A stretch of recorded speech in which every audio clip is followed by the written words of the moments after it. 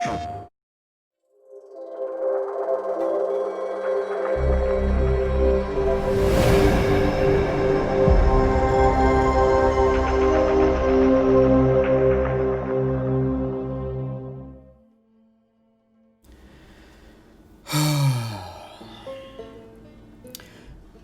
is one of the most heartbreaking videos that I've ever had to make.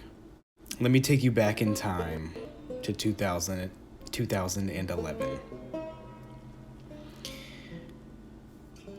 I saw a trailer for a video game where a man and a girl were fighting off what seemed to be zombies inside of a hotel type building.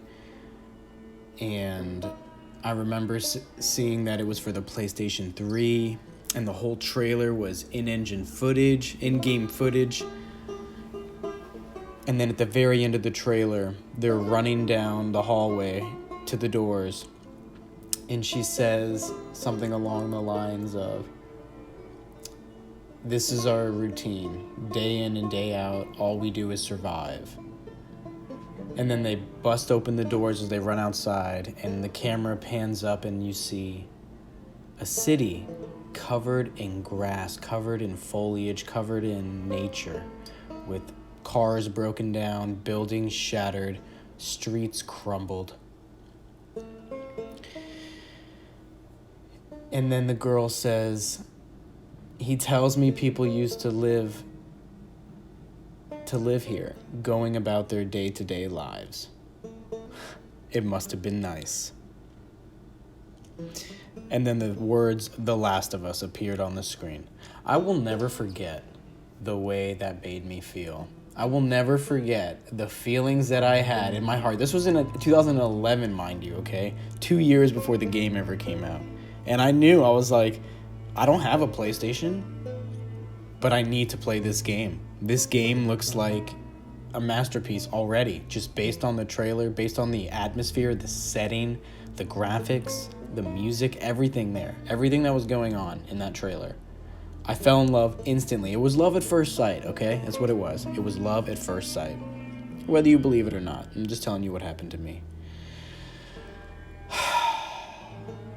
So I tried not to look at too much more after that. Once I see a game that I know I love, I try not to watch too much of the marketing and the trailers and stuff like that, because I'm very sensitive to spoilers. I don't want to be spoiled on anything. Once I know something about a game that I'm interested, that I want to play it, I don't want to know anything else. I don't want to see another second of gameplay, another screenshot, nothing, because I know that I'm already sold, and whatever I'm going to see is just going to ruin an experience that I should have while playing the game.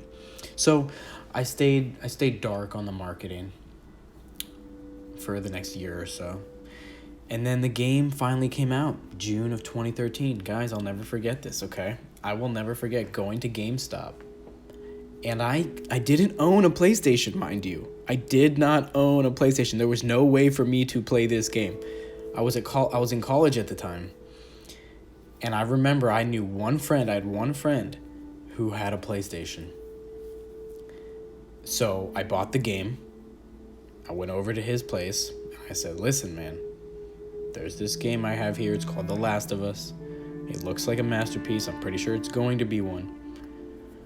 You can have this game for free. You can keep it. All I ask is that you allow me to play the game once on your console. I just want to play it. You know what I mean? And then you can keep it." And of course, like any logical person, he's like, "Hell yeah, sure. Let's do it. Free game, you know what I mean? For nothing. Literally for nothing. Just your friend giving you a game. $60. So, played the game, and I'll never forget, man. I had to sit down on the floor the entire time. Like, the way his room was set up, it was like he had his TV, and he had one TV, and it was in his bedroom, and his bed was like off way to the side. The TV was just in a weird place, so you couldn't even like sit on the bed to play. And I wouldn't even want to, because he's my friend anyway. I would have rather just sit on a chair if he had one, which he didn't have, or the floor. So it was the floor. So I remember I played the whole thing on the floor, just sitting there, like crisscross applesauce, right? Legs crossed. Just sitting there like a kid, man. But I'm in college, and like I'm an adult. And The story, dude, the gameplay, the music, everything, it just ripped you apart. It was so good. It was so damn good. It just, of course, everybody talks about it, but it's the truth, man. The relationship between Joel and Ellie, these two characters, especially Joel, who is significantly flawed, who had many flaws that they showed you, and you just fell in love with them. You fell in love with the way they talked to each other, the way they behaved, the way they were mean to each other in the beginning, how they didn't care about each other in the beginning. And by the end of the game, they're willing to risk it all to save one another. You know what I mean? They're willing to sacrifice everything, including their own life. And I have this poster here. You know what? I gotta include it. I gotta include this poster in the video. I hope I remind myself when I'm editing this, audio and putting all the clips together and all the pictures. I have a poster here on my wall that I've had since 2011 or 2012. Probably was 2012, if we're being honest. It was before the game came out. But, it was just... It's this concept art where it's like Joel and Ellie on the left side, and then there's like a broken down bridge with deer and animals and the city in the background. And it looks amazing, man. It looks amazing. I remember when I saw this, I was just so enthralled. I was engrossed. I was hooked. But anyway, yeah, so I've had this poster here, man. I've had it for, what is it now, almost 10 years, It's 2020. I've had this poster, man. It's wrinkly and crumbly, but I still got it, and it's beautiful. But anyway, played the game, fell in love with the characters, with the music. You guys, I love the music so much. BioShock, Infinite, and The Last of Us, those were my, road trip songs, soundtracks when I was in 2013, 2014. Like, going to and from college, driving around. Anywhere I had to go, like 4-hour, 5-hour drives. I would just put those two soundtracks on and just listen to them on repeat. So damn good. Anyway, I just felt like I had to give you guys this backstory before we get into the actual review, because I've been watching almost every review I can get my hands on. First it started as spoiler free, right, when I was playing the game, but after I beat part 2, after I beat The Last of Us 2, now I've been watching all the spoiler reviews, and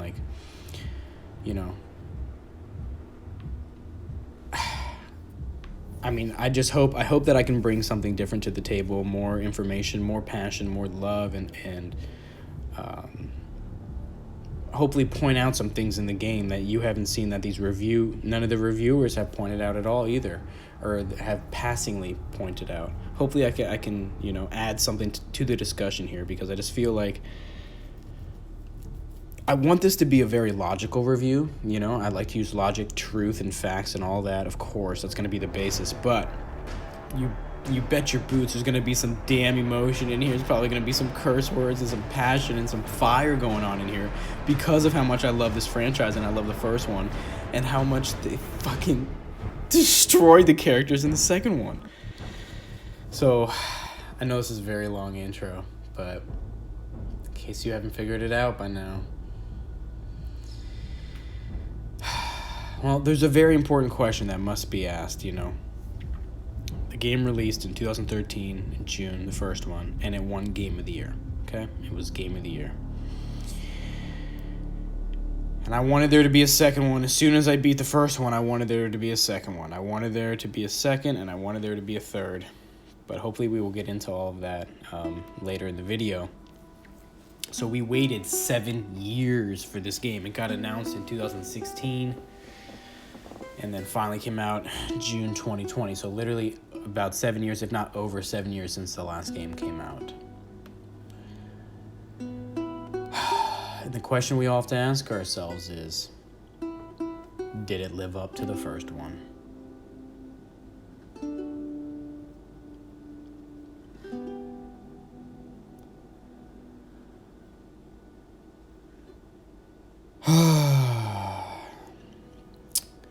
Growl, growl, prowl, prowl.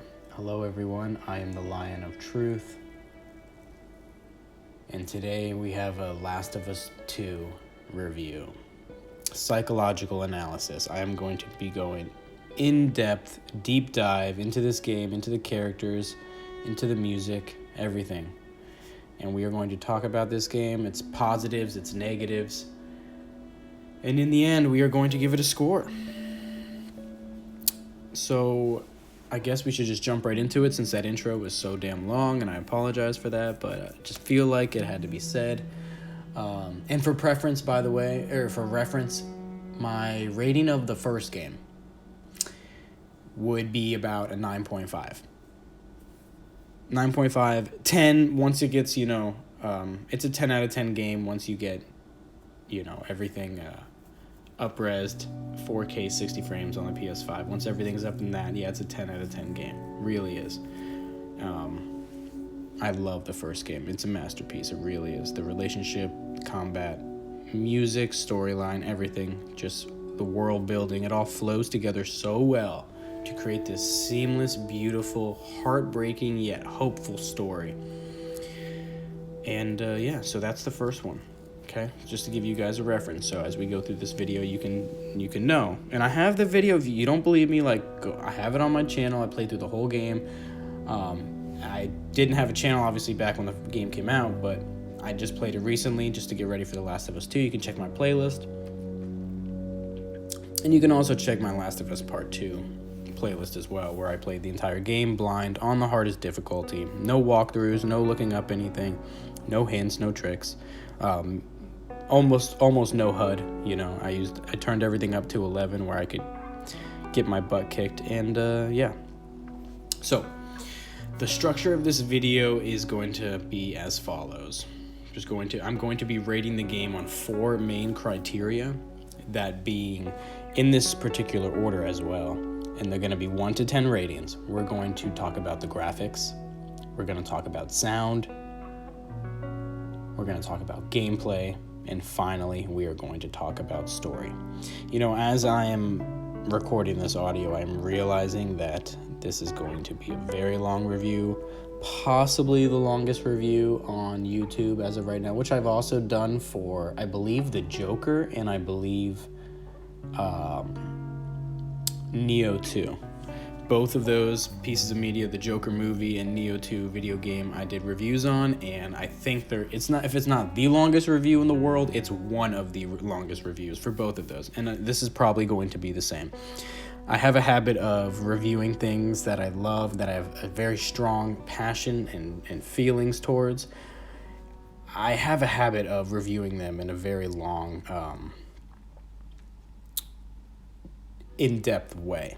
I have this way of analyzing things and really getting into the nitty-gritty details, and just really, dissecting it from the inside out. So that's what we're gonna do today. But there's no script here. There's nothing. This is all free flowing. This is all just letting my thoughts go and just letting it flow and seeing what comes up, seeing what happens here.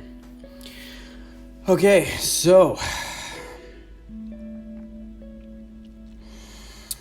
Before we actually, sorry guys, I told you it's going to be a long one, man. Before we actually jump in with the 4 main topics, I actually wanted to talk about the title of the video a little bit here.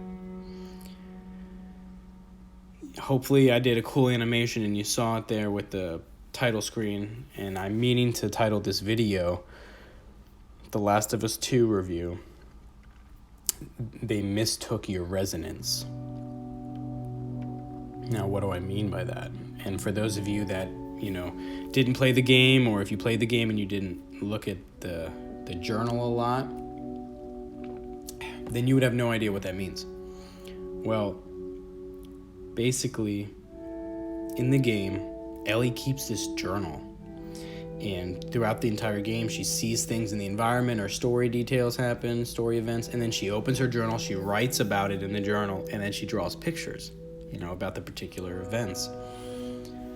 And one of the first ones, if not the first one that she does, I remember reading it during my playthrough, and it's a poem. It's a poem that she writes. And by the way, if you haven't figured it out by now, I should have mentioned this a long time ago. Spoilers, and more spoilers. This video is obviously going to be talking about every part of the game, so if you haven't played it, you don't want to get ruined, get out of here right now. Get going.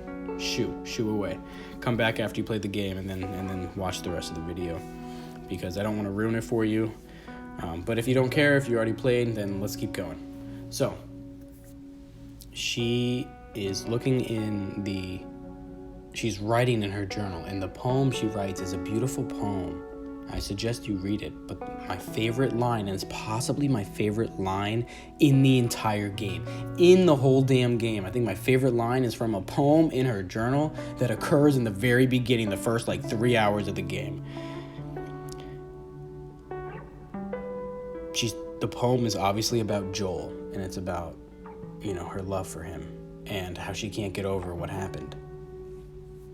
And in the middle of the poem, it reads, "They mistook your resonance."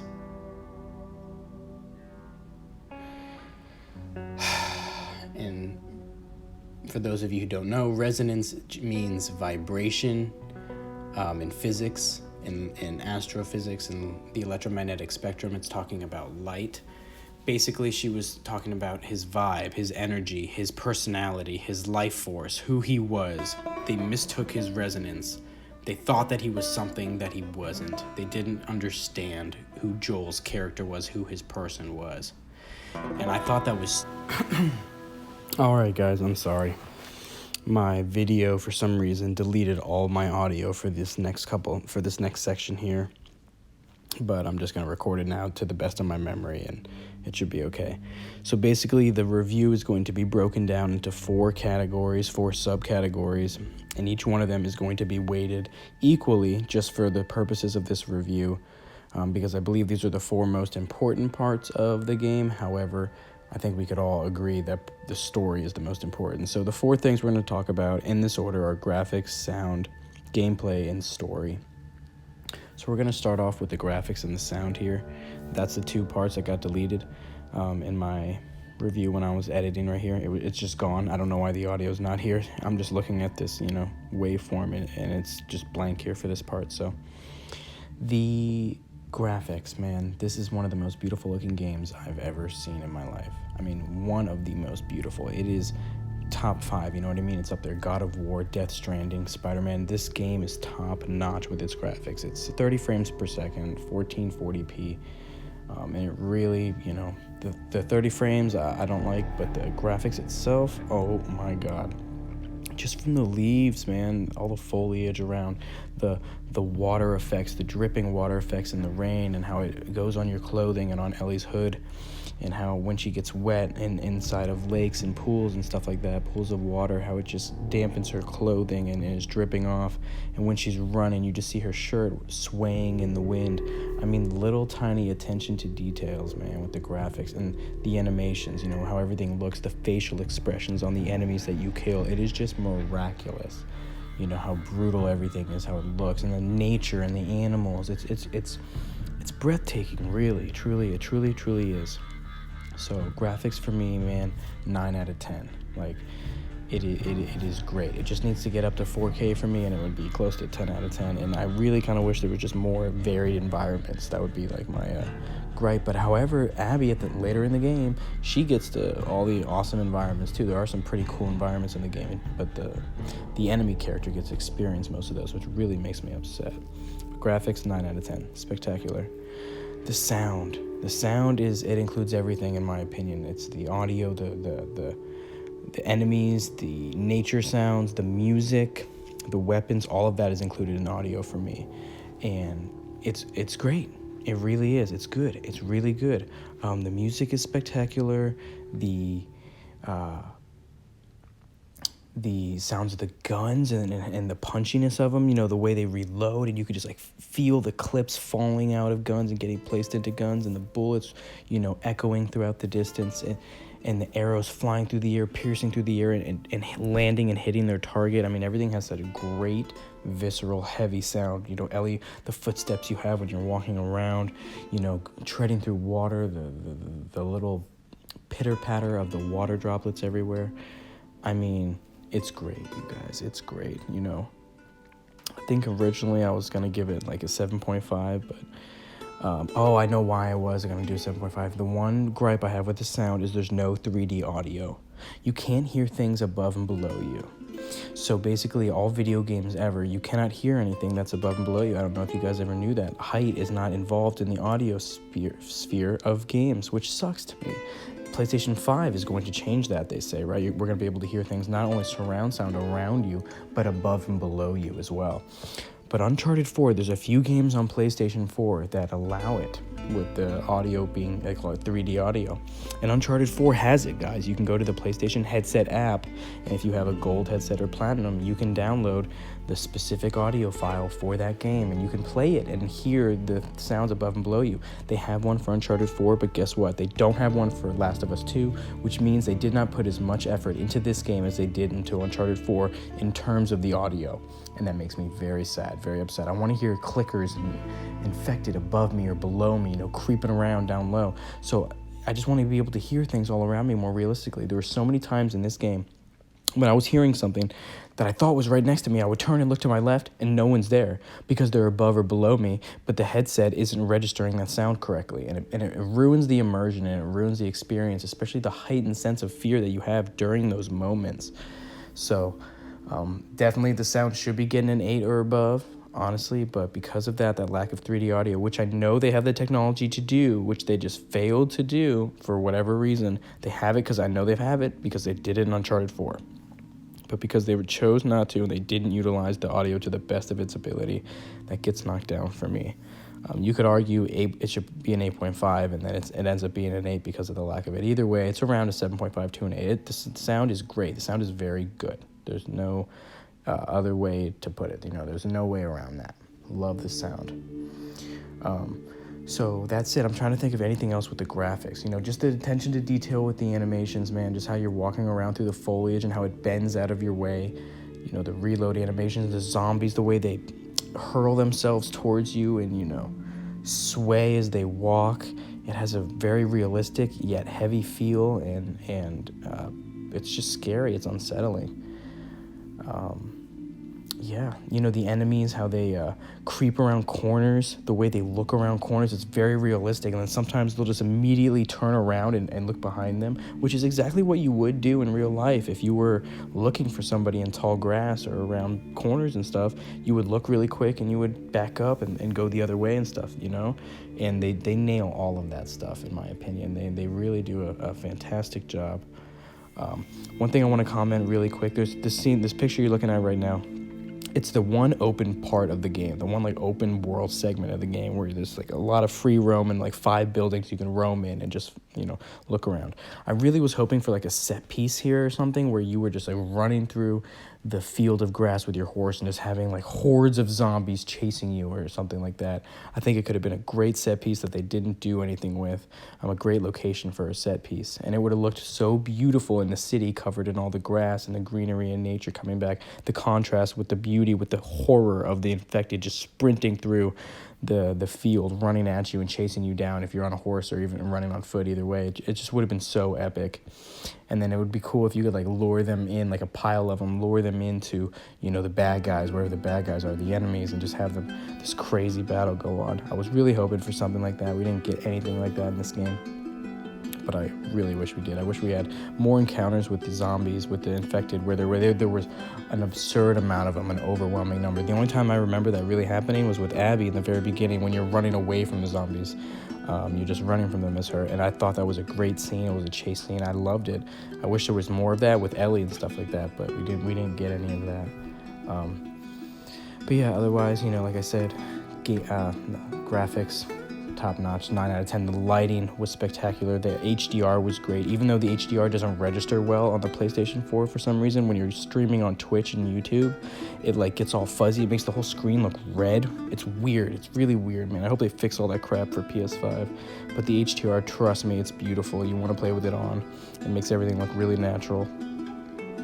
And the lighting is great. And that's it. So yeah, we got a 9 out of 10 for the graphics and the way things look, the environments and the atmosphere. And then we have an 8 or a 7.5 for the music / audio and sound effects all in the game. So moving on, I think the next one on the list would be gameplay. And I really did enjoy the gameplay. I love how heavy it feels. I love how visceral everything is. Last of Us has always had that. I love the weapon sway that's just built into the game. As you're aiming, your character just kind of sways the weapon, the aimer around, which sucks for shooting. It really does. It makes you miss most of your shots, a lot of your shots. But it feels good because it's realistic. Like, if this was real and we were real people in this scenario, that's exactly how you would be behaving, you know? People would be swaying all over the place. You have literally infected people sprinting at you. You're not military grade, soldiers. You're just surviving out there in this apocalypse. And I really love the heaviness of the combat. It's always something I've loved about The Last of Us. I love the blood splattering everywhere. I wish they went further with it. I wish they went more intense with the blood splatter. I'm a guy who loves, Resident Evil and horror games, so that's why, to let you know where I'm coming from. Like, I love all that crazy stuff, man, where it just gets super intense and gory and gross. And Doom, I love Doom, right? So that's why I really, because everyone was talking about how dark the game's going to get, and I really wanted it to be like that. And it did at some points, and I loved it when it really got there, when it really started pushing those buttons, pushing those boundaries to make you feel uncomfortable. And it worked. I just would have liked more. I would have been down with more. We're in an apocalypse here, and everybody's so brutal. We got the infected are evolving and getting worse and worse, so I wanted even more gruesomeness out of this game than we got. But yeah, the gameplay is very smooth, very good. Moving in between cover and everything, it's all there. It's all there. There's a few tweaks that they added. I think you can prone, right? You can lay down in the grass and like crawl around like that. That's one thing they added, which is cool, which is really cool, and it helps in certain situations, for sure. I really enjoyed that, and the dodge button is the second biggest thing that they added into the game, which is also really good. I enjoy the dodge button a lot. It adds this, back and forth momentum type combat into the moment-to-moment gameplay, and it feels really good. It feels responsive, and it worked most of the time. Obviously not all the time. There were some glitches in the game, but by and large, the dodge button did what I wanted it to do, and I could dodge in a certain direction. And dodging around enemies, when they're trying to grab you, especially the clickers, was extremely satisfying. Extremely satisfying. All right, we're coming up on the end here, on the end of the audio clip that got deleted, so I'm almost done, and then it'll get back into the video, the original recording that I did. So I'm just trying to think of other gameplay things to discuss. The shooting is the shotgun. The shotgun in most games for me, man, I love shotguns. When you blow somebody's head off or their limbs off, it is brutal and satisfying, man. You see the blood splurt everywhere and the limb go flying through the air and land on the ground. And at one point, I don't know if you could do it most of the game, but I remember at one point I think it was a dismembered body already.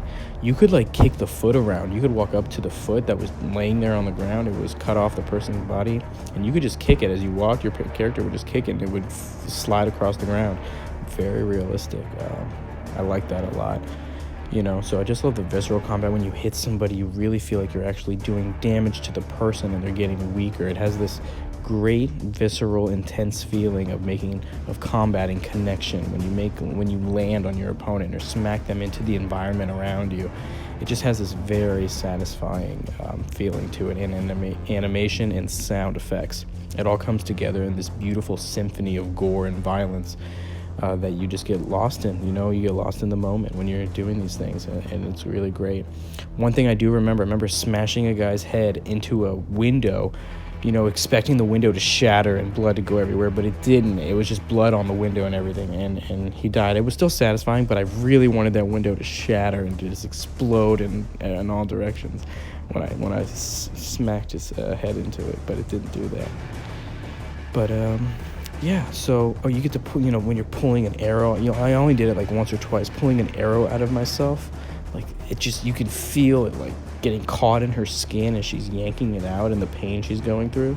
They really nailed some of the gameplay aspects of this game. I love how every time you change weapons, she just switches the weapon on her back, and you can actually see her equipping and de-equipping and unequipping the weapon. You know what I mean? Just like throwing it over her shoulder, the shotgun or the bow, or stringing the bow back over her shoulder and pulling it out. When she grabs an arrow, she reaches back into her backpack where the arrows are. She reaches back with her hand into her backpack and pulls the arrows out. And if she only has 3, then she pulls one, you see there's 2 arrows left in the backpack. Like, I love those little attention to detail things, man. Those things get me so excited and show the love and the passion that the developers had in creating the game. And make no mistake, Naughty Dog does love what they're making. I know I would guarantee that most of the studio, if not all, really love and enjoy what they do. I just don't think that a lot of the stuff, especially in the second half of the game here, was executed well. And we will get into all of that with the story, which is coming up very shortly. Don't you worry. I think this video is like 3.5 hours long, some ridiculous amount, 3 hours 45 minutes. It's some stupid amount of time, guys, and I apologize. It's by and large the longest video I've ever made in my life, and I repeat that multiple times because I keep amazing myself as I recorded this video. I kept amazing myself at just how many things I had to talk about, and there's still so many things that I've left out, guys. But to be honest with you, and so many things I would like to put in the video, like my gameplay and cutscenes and things. I want to edit it up, and make it look beautiful and top notch, Hollywood quality. Trust me, guys. But where I am in life right now with the pandemic and everything, I'm just so stressed and so scared. I'm with my livelihood and my job that I'm doing the best I can with what I've got right now. So I apologize, but hopefully you guys are enjoying this video, and hopefully you continue to, as I continue to talk about this game, which I love and hate. Love and hate, man. It's a love-hate relationship for sure. All right, so I think I am ready at the end here, and we are going to get back into my original analysis that I was doing a couple days ago. And once again, I apologize. The audio of this just got cut out for this segment, for this, like, I don't know how long it's been, 10, 15 minutes of this, like, little other section, maybe, I don't know, something like that. The audio got cut out. There's nothing I could do about it, guys. I don't know why it just deleted. It literally deleted itself off of my video as I was going in here and editing. I'm looking here, and then I was watching the video over, right, to see what I'm gonna edit. And when it gets to this part, my voice just cuts out. I'm looking at it. I'm like, what the hell's going on? And my voice was gone. So I said, well, oh great. What part is this that got cut out? And I think this is the right part. I'm gonna feel and look so stupid if I've been talking about this stuff for like 15, 20 minutes. About the gameplay and the graphics and the sound, and if I already have that somewhere else in the video, I'm gonna look and feel so stupid. But I had to do something to fill this gap in here, because otherwise it would just be nothing but music and the pictures, and you guys wouldn't want that during a review. So this is where we're at. Okay, so I think we're here right at the end. I'm gonna check, and hopefully we'll get right back on track with the video. I apologize for the inconvenience. Hopefully you took something away with this. Away from my rambling here. Okay, hold on. Basically, when an enemy's coming at you, when they're running at you, you have like about a second. It's a pretty forgiving time, even on the hardest difficulty. It's a pretty forgiving amount of time. Hopefully, by the way, on the new game plus, I think it's Survivor was the hardest difficulty. I think there's 5 difficulties. I don't know what any of them were called except the last one, which is the hardest one. The one I care about is Survivor. After I beat the game, it says New Game Plus is unlocked. And I'm waiting. I didn't like the game enough, so I'm waiting until PS5 comes out. Once it gets up-res, 4K, 60 frames, I will play it again on New Game Plus and, give it another go. But I don't know if I'll probably finish it, even though I won't want to. I just don't like Abby. But we'll get into all that. I'm sorry. Point is, maybe the grounded difficulty, the harder difficulty, the dodge will be more a shorter time frame, shorter time window for you to execute it. But who knows? Anyway, that's neither here nor there. The dodge button is, in my opinion, like I said, the best addition to the combat system. It is great. It is great. When someone's running at you, you got a split second to tap the dodge button and you will dodge. I don't know if you have to hit left, you have to move the thumbstick at the same time or not. I don't think so, but I always did. I always kind of tried to dodge into the direction that I wanted.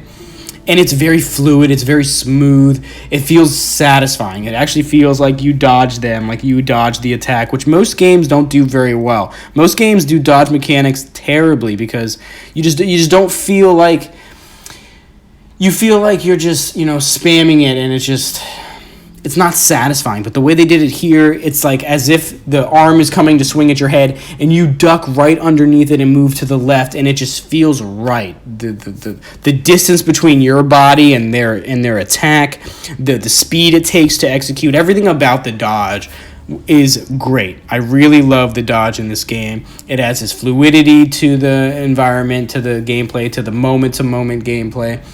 It gives you this kind of get-out-of-jail, somewhat free card at certain points, especially with clickers for me. Clickers in the first game, if you got anywhere near them and you didn't have a brick or something to beat them with or a shiv, you were dead instantly. But in this game, you can have nothing, no weapons at all, and you go by a clicker, he'll grab at you. You can dodge. If you time it right, you can dodge it, and you can get around him. And it felt great doing that. Many times the dodge saved me. I don't know how many dozens of times the dodge saved me throughout my playthrough. So That's the number one biggest, gameplay tweak, and my favorite thing, I think, in the combat specifically. In order to improve it, if they were going to do, another one or DLC or anything like that, or what they could have done for this, hopefully, what I hope they do is actually, I hope they go back and remake this game, or at least remake the story of it, which there's a petition, by the way, apparently on Reddit that people can sign. People want it to be remade, the story, and I totally agree 100%. They should totally redo the story. But, yeah, so the dodge is good. The one thing I would like to add, if I could, to the combat would be just a very simple thing, just a heavy attack and a light attack.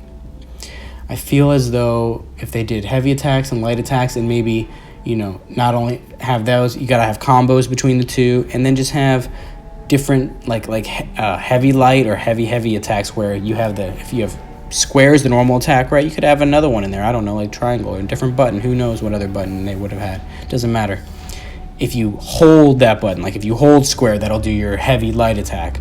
But if, let's say, triangle was the heavy attack, and then if you hold triangle, it does like the heavy attack. So you could have there could be just so many different gameplay tweaks and things they could have done with the combat. In 7 years, I really feel like the combat should have been upgraded a little more than it was, the gameplay. Moving between environments is smoother, right? They have these little cracks in between walls sometimes, and you can slide through them incredibly smoothly, very quickly and fluidly. So that's all good stuff too, just the little tiny details like that, picking up bottles and items and stuff. It looks more realistic now than it did in the first. Still, the items still kind of float to your hand though, which pisses me off. I want them to pick it up and, really I want to see them pick it up and put it away. And I also want to see, they did it very well, even better in this game. I want them to take it further. Having things appear on your body. So like when you gain weapons or you upgrade your weapons or you find the bow and arrow or whatever, I love how they attach it to the player. They have Ellie put the guns over her shoulder and the bow over her shoulder. She put the arrows in her backpack, which is open slightly. The zipper is open just a little bit so the arrows can stick out. I love all of that. When she gets another holster for her pistol, she'll keep one on her back, on her, her back hip, and then she keeps one on her thigh, like on her leg, on her right leg. And just these types of things, I love when you get items and you actually get to see them on the characters. This is actually something that I mentioned with God of War. I sent them a email when they said they were hiring back in 2018.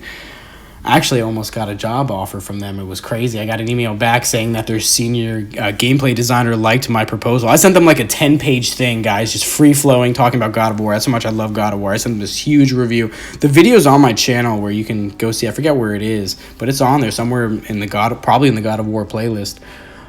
Where I'm talking about all the changes they could do to God of War to make the combat and the gameplay and progression better. And one of the things I think all games should do better, in my opinion, is wearables. When a character gets a new item, instead of it just disappearing into the ether, instead of it disappearing into the quote-unquote inventory, no. I think every single damn thing should be attached to the character in some way.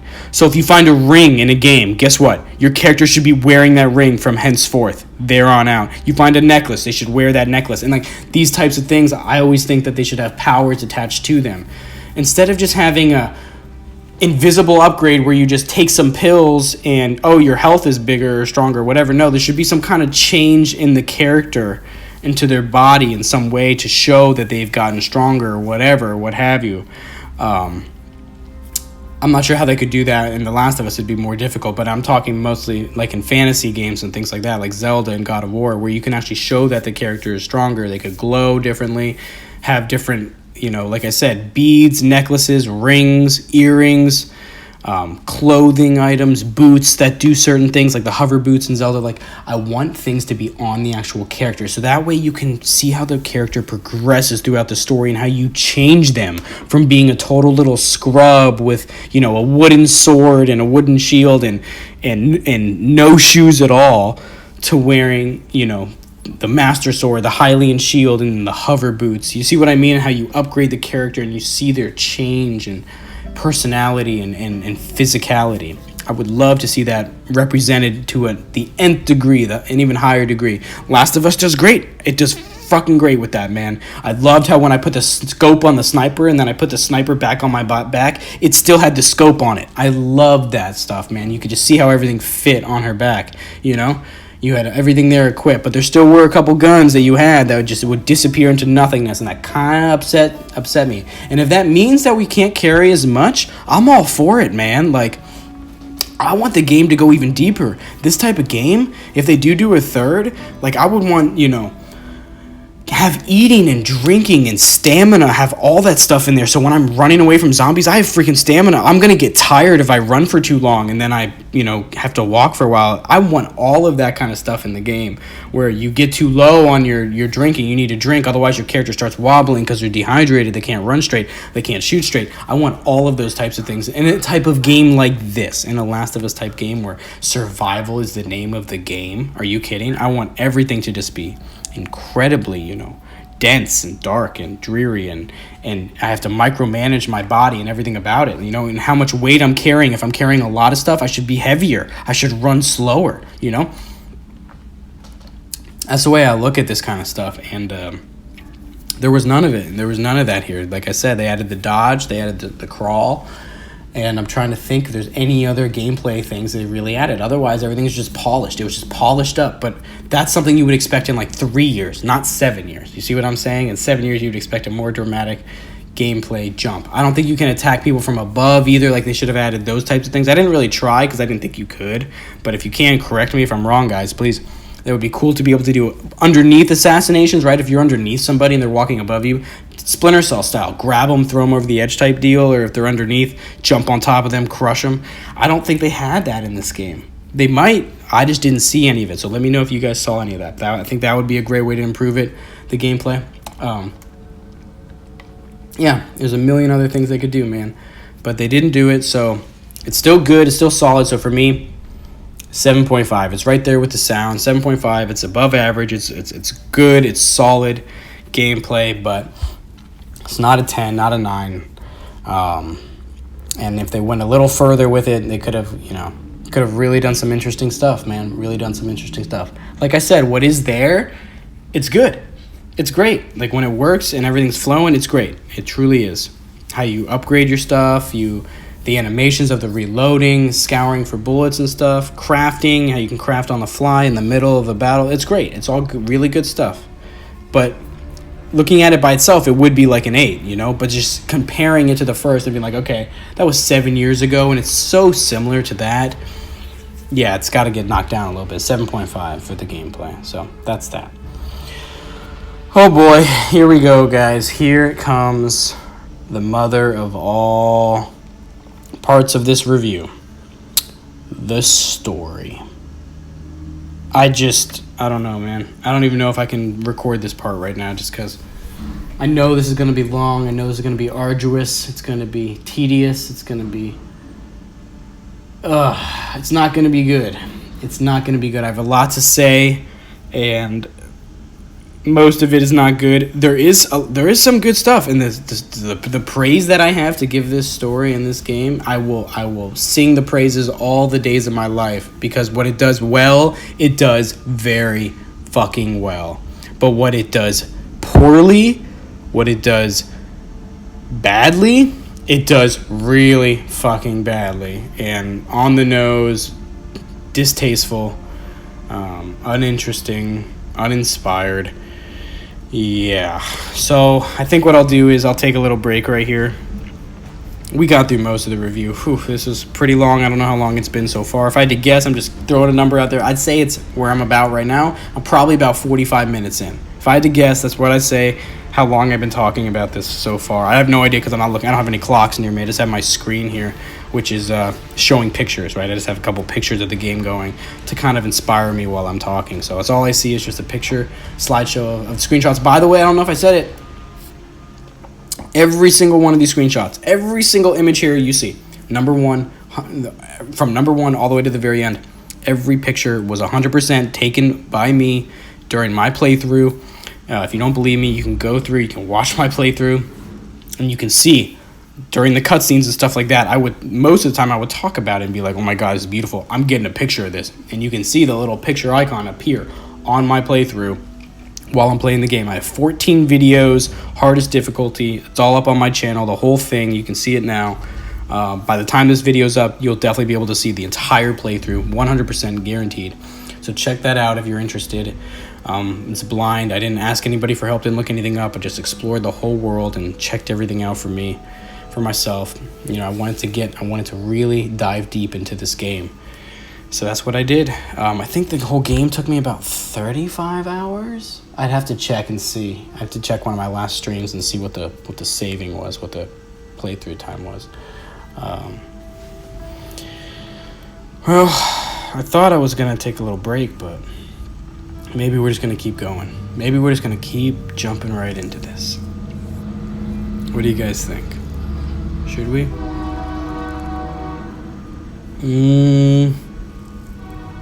No, I kind of want to take a little break. I just want to record, get this audio and save this into the video. That way I know it's there, and give me some time to relax and rethink and get my thoughts together about the story, and then we're going to jump in.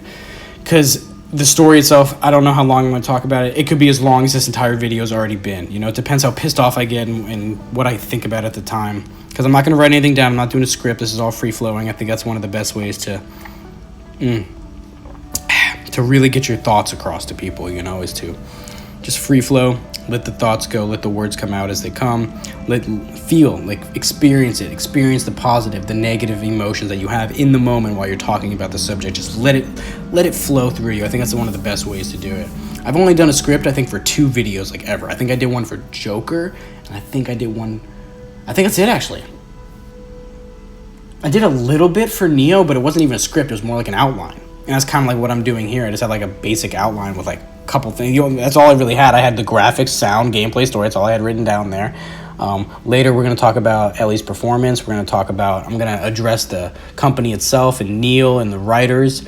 We are going to talk about my hopes or my alternate universe on what I would have liked to happen in Last of Us 2 and Last of Us 3. My own, we're going to branch off into my storyline, what I believe would have been great for the characters and the fans and the story itself.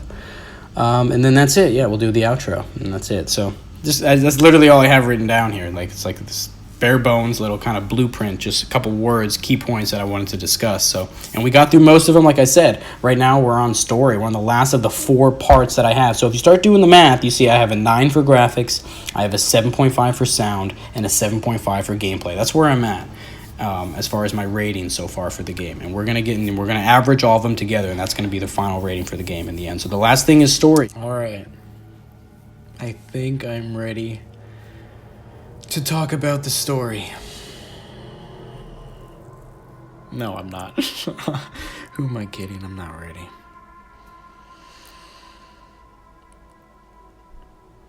Guys, they kill Joel. Not only do they kill Joel, they kill him in the first 2 hours of the game, right away. And the way he dies is... it's so unearned. It felt hollow and empty. See,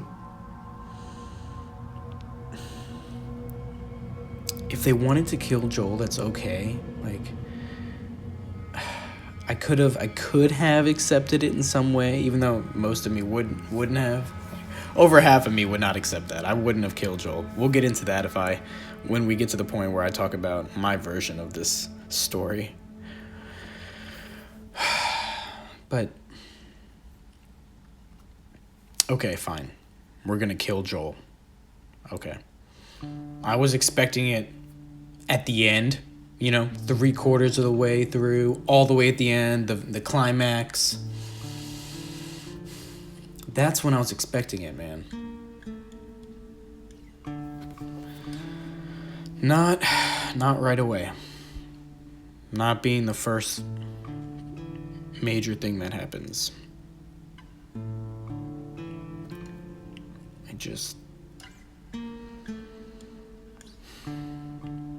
And the way he died.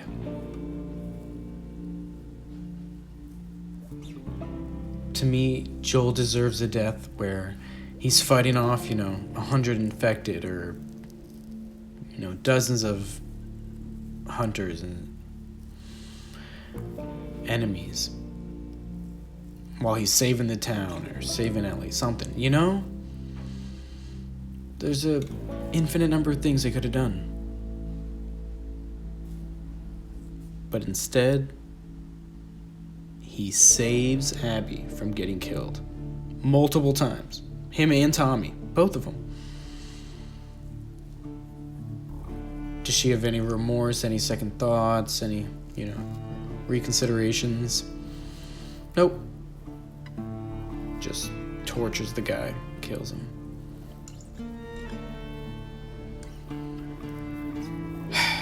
I mean, Neil always said this game, the theme was hate, and absolutely, you know what? He was right in some way. It made me hate. I definitely 100% felt hatred. When Joel gets killed in the very beginning,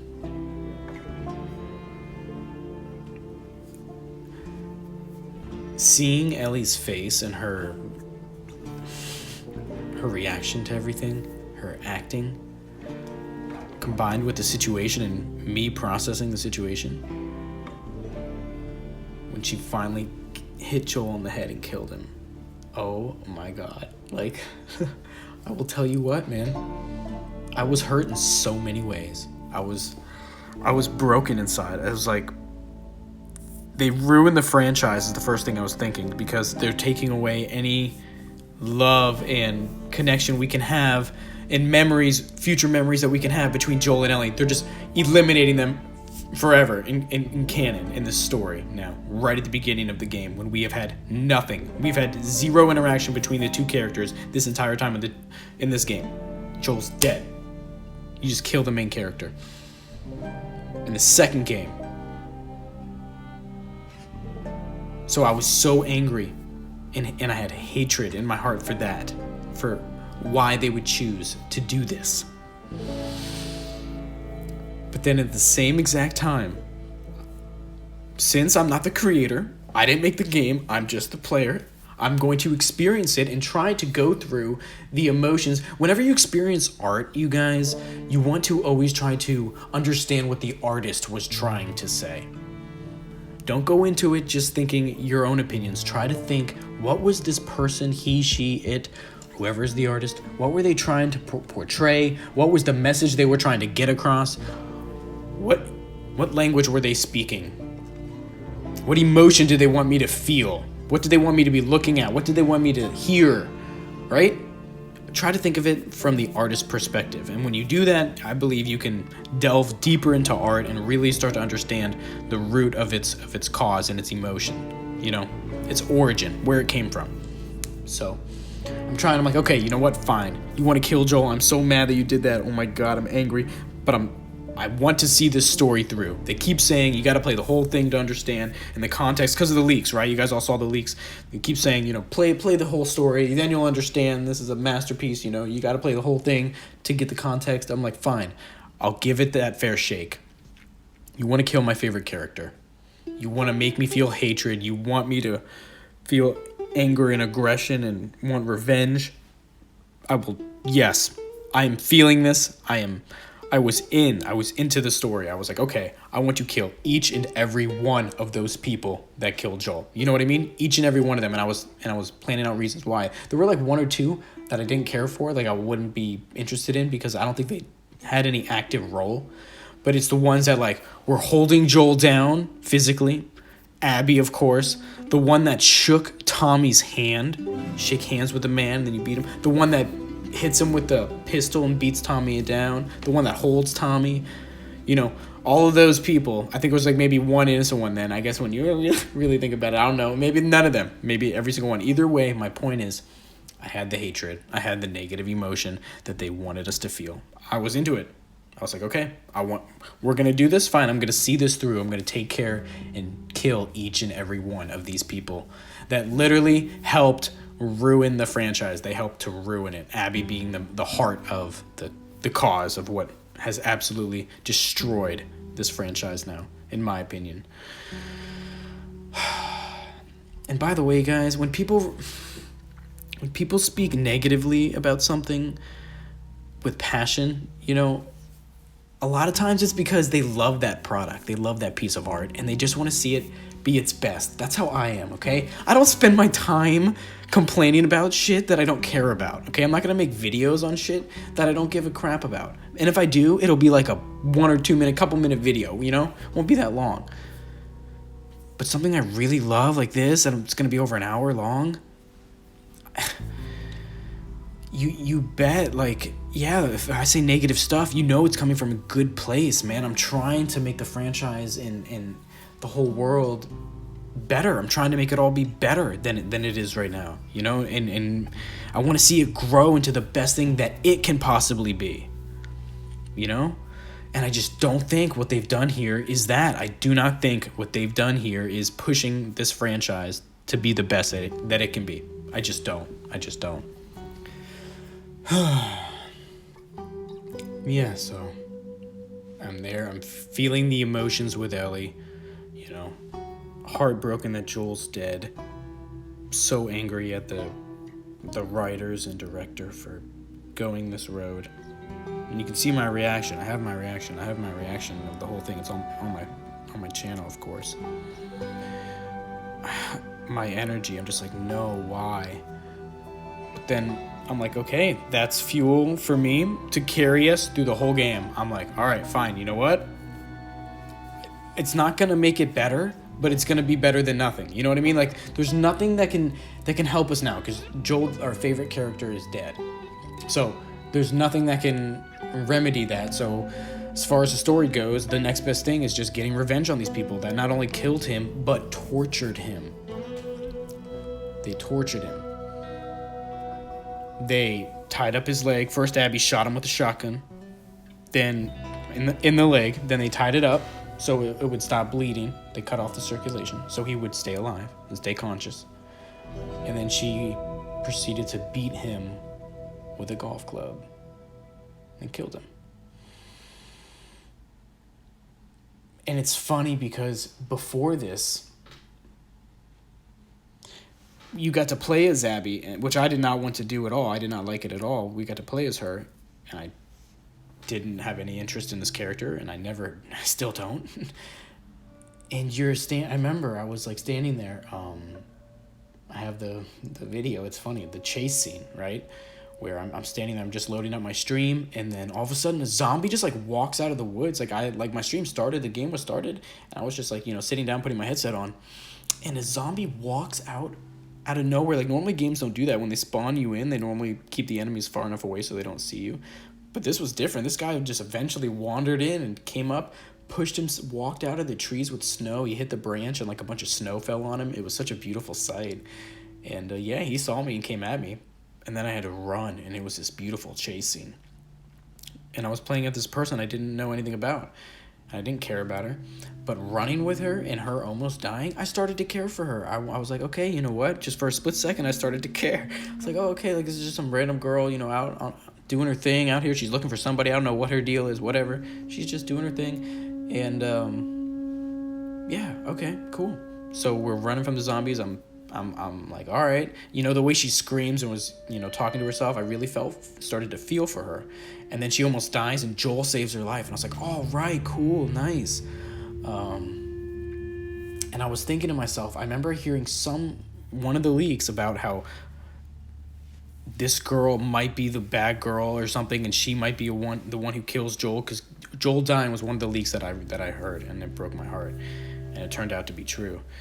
And but I was like, oh dude, this is great. I remember thinking as I was playing the game, I was like, this is awesome, man. Joel just saved her life, you know. I don't know if this is the person who's gonna kill Joel or whatever, but hey, you know what? It's definitely not gonna be her now, because Joel just saved her life multiple times. Him and Tommy, you know, brothers, saved her life multiple times. I was like, this is great. They're gonna be best friends. I'm imagining that they're gonna team up for the rest of the game and do some stuff, and then maybe she'll get put in a position by like her boss later where she has to kill Joel, but she doesn't want to. Something like that, you know. I was expecting way later in the game after we play with Joel and everything like that, but that is not at all what happened here. She just takes them back, running away from the zombies, takes them back to her place with all the people there. They just willingly go inside. Joel and Tommy give out their names and their location where they live. And, yeah. They let their guard down, you know? These veterans that have been alive for, I don't know, 50, 60 years, they just let their guard down, It's okay. And tell everybody their name and where they're from. And yep. Just out of character, man. It just wasn't earned. So, alright. After this, I'm pissed, right? Start playing as Ellie. We're on the hunt. And as we go, Dina comes with us, and it's like, okay, you know what? I guess that's cool. Dina's coming. We have a partner. Let's see how this goes. And I gave it its fair shake. I played the game. And what do you know, guys? What do you know? I actually loved it. I fell in love with this game, with The Last of Us Part 2. I started loving it for the first half. When you're just playing as Ellie, you're going around, you're hunting zombies, fighting enemies, the brutality, the atmosphere, it's just dripping with atmosphere, and just the game is heavy, man. It is, what was the word? I was thinking of it earlier. Grueling is a word, but that's not the one I wanted to use. Oppressive, that is it. The atmosphere is oppressive in this game. It is pushing on you at all times, this bleakness, this hopelessness, like no matter what you do, yes, you can go and you can kill each and every one of them, which I wanted to do and still want to do. But in the end, it's not going to satisfy you. It's just going to equal the playing field, right? Like they took something of yours, you're going to take something of theirs. So hopefully in a way you're going to end that cycle there, but it's still not going to bring Joel back. It never would. So I always had that sadness in my heart while playing as Ellie and just running around this game. And it added something to the game. It definitely did, and to the experience. And I was all for it. I was into feeling that heartache and pain. And you would read Ellie's journal, man. You would read her she wrote poems about Joel and these little segments, and drew pictures. It was heart-wrenching, and it was a beautiful experience, and I was loving every moment of it, man. I truly was. I was loving it. The Last of Us Part 2. I was thinking to myself, why is everybody hating on this game so much? Why is the Metacritic a 3.3 or something? Because at that point when I was playing, what I was playing was like a 9. It was almost as good as The Last of Us Part 1. I took off that 0.5 because of the story and the bullshit with Joel, But it was almost like a 9. And I was loving every second. I was like, this is amazing. The atmosphere, the graphics, the leaves. I just love the foliage, because you spend a lot of time in the nature. And that's why I stress it, you guys, is because you will spend a lot of time with trees and vegetation and plant life. And a little bit of animals. Like I catch animals out of the corner of my eye, running away, scurrying away. Like I saw a bunny rabbit, a squirrel, a couple birds. I'm trying to think about what else. It was just great, man. It was great. I was just loving it, getting my revenge with Ellie, because that was the best thing we could do, and I wanted to go through the experience that the developers had in mind. So I go through, and I'm actually liking it. I'm like, all right, this is great. I don't know why people are hating on this game so much. I'm loving it. I'm exploring every nook and cranny. I'm playing with no listen mode. Like, I wish you could disable that. I don't think you can. I checked the menu. I edited all the options that I could, with the HDR and the difficulty, cranked everything up to the highest difficulty possible, the hardest AI, lowest amount of ammo and stuff and resources. I wanted to make the game as hard as possible, and it was great. Man, I had the minimal HUD where you could barely see anything at all. Like, it was almost like a movie. And the next time I play, I promise you, I'll do it on PlayStation 5, 4K 60. I'm doing nothing. No HUD, no ammo counter, no health, no reticule. I don't know how you say it. Reticle. No reticle at all. I'm just going no reticle. You can't see anything. I'm going complete movie mode. No cross weapon swap user interface, nothing. I'm taking it all off. So it is going to be the most immersive thing in the world. It is going to be so damn... I'm taking off icons on items, so I don't even know what I'm picking up. Like, I'm just going to have to look. And I'm going to have to look really hard to find stuff. It's going to be brutal, and I'm going to love it. I'm going to go on the hardest difficulty. I think it's going to be called Grounded, because I think the one I just played was Survivor, which is the hardest that comes with the game. But when you beat the game, you unlock a harder difficulty, and that's Grounded, I believe. So I can't wait for that. That's going to be, Christmas time probably, if not later. We'll see, whenever they upgrade it.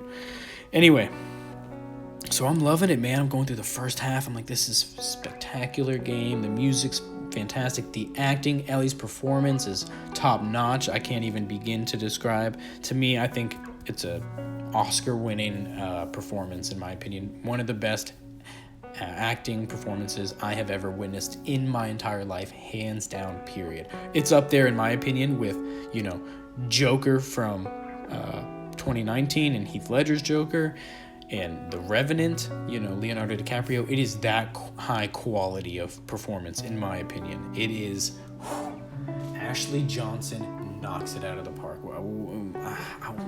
I guess we could talk about her in here. Yeah, why not? You know what? I was going to put her later in the video, but you know what? Now that she's on my mind, let's keep talking about her. When Joel is getting killed, man, it is, her pain is visual. You can see it, you can feel it, you can hear it. Like, it just touches your senses. It stimulates them all. I remember one thing in particular, man, and it is going to be drilled into my mind forever. And it just, to me, it's 10. You want to talk about 10 out of 10s? Her performance, Ashley's performance in this game, single-handedly is a 10 out of 10. Ashley, if you ever see this, I hope you smile when you hear these words, and if you ever make it to this part. Sweetie, your performance was top-notch, 10 out of 10, masterclass. The Ellie that we got in the first half of this game, and I'll explain very shortly what the second half got. The Ellie that we got in the first half, which is most of Ellie, it's just 10 out of 10. And whenever you do see her later, it's still top notch. But the first half, man, when she is just at her lowest point, or what you think is her lowest point, beaten down, hunting these people, I felt for her. People said that, she made decisions that they didn't understand. I thought I was behind every single one of her choices except for one. There's only one choice that Ellie made that kind of made me start to question things a little bit, and I was like, okay, Ellie, where are you going with this? And that was when she does it. Jesse leaves her and goes for Tommy, and she chooses to stay and go for the boat instead of going for Tommy, because she wanted to get, I think, directly to Abby as fast as possible. I wish that in the story, in the Ellie that we know, she should have gone to Tommy and regrouped with Jesse, then gone to Abby, or to the aquarium, or wherever she was headed next. You know what I mean? That is the only choice that Ellie made that I was kind of like, you know what, Ellie? I don't know about that. The rest, as far as I can remember, I could be wrong, right? If I got to play it again. I was in a very high emotional state, right? Highly emotional state when I played this game, so... yeah, there's definitely some things that slip by that I gotta revisit. But from my first playthrough, man, I was behind Ellie. I was supporting her. I felt horrible for her. The things she had to do. She had to kill dogs, She had to kill a lot of people that she didn't want to. Every time she had to kill, you could see it on the screen. She was thinking about whether or not she should. She was contemplating it, man. And when she finally did, she felt bad about it. At least with the main characters, right? In the story, she felt really bad. And that's one of the biggest things, man, is oh God, there's so much to talk about. Okay, so first half, loved it. Ellie, performance, 10 out of 10. I don't know what to tell you. Two of the best performances from Ellie, in my opinion, Ashley Johnson, is when Dina and her finally entered the movie theater for the first time, and Ellie finds out she's pregnant. She finds out that Ellie's immune. Dina was really, spectacular in that scene as well, but Ellie just takes the cake, man. Ashley just takes the cake on that. But Dina was good. She was a very good actress the whole time. I have nothing against her. She was actually really good. Except at the very end, it really pissed me off. But otherwise, Dina was great. And the end, it wasn't even her acting. It was just the story, the writing at the end. Okay, so... yeah, Ellie, that's the one scene, and of course when Joel dies, her performance. Oh yeah, that's the thing that's gonna be stuck in my head. I don't even think I said it. It's when, Joel's literally about to die. Abby's gonna kill him, and she screams, "You're gonna fucking die." And when she screams that, dude, her face, her eyes, the rage and anger and just pure vitriol that she had inside, hatred. It was seething, and I could feel it. And I did feel it, and I still do. And I'm pissed off that Abby's alive. Oh, God, dude. Are you kidding me right now? No. The answer is no to any of this. So yeah, except Ashley's performance. The answer is yes to that. Oh my God. Marvelous. Marvelous. So, and just the nuances in her performance. Another one I love is when she gets caught in the movie theater later, at the midway point, and Abby makes her toss her gun. The way she tosses it, just like, fuck. Like, dude, Ellie, perfect. This is the perfect evolution, in my opinion, of the girl that we used to know in every way. Still sweet, kind, funny, smart mouth, but at the same time, a total badass that will do what needs to be done, you know, and kill and murder and defend herself and others. Ruthless. Oh, and another scene. God, Ellie's just killing it. I just keep remembering. And another one is when she tells Dina that she's immune. They're running away from these zombies, and like Ellie's mask breaks. It breaks, and they're covered in spores, and Dina's about to take hers off, and it's really good acting from both of them. But Ellie takes it to the next level, man, when she takes it off, and then, you know, Dina's like, Ellie, no, what are you doing? And she grabs her. She's like, no, Dina, I'm immune. I'm not coughing. Do you see? The way she says that line, the delivery of her line is top-notch, masterclass. It is, guys, I wish I could explain it better.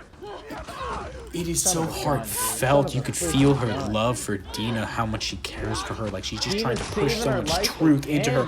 Don't worry about me. I am immune. I am not coughing. I wouldn't be doing this otherwise. I want to keep you safe. You keep your mask on, because Dina was about to take her mask off, and she would have been screwed if she did. So thank God Ellie acted so fast. She threw her mask off. Just the acting. It was just 10 out of 10, man. 10 out of 10. So I'm not coughing, you see? Ashley Johnson, I cannot praise you enough for your performance in this game. And of course, when she finds out Joel lied, dude, forget it. In the very end, every single thing, every scene that Ellie has in this game, man, I think she knocked it out of the park. Get the fuck off her! Go, Dina! Go! Right here, don't slow down! Go! Go! Go! Don't worry about me! Don't worry about me! Okay.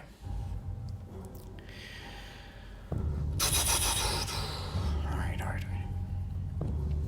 So, I'm loving the game at this point, guys. I was saying it's a 9 out of 10, halfway through. But here's the thing. I thought it was the end.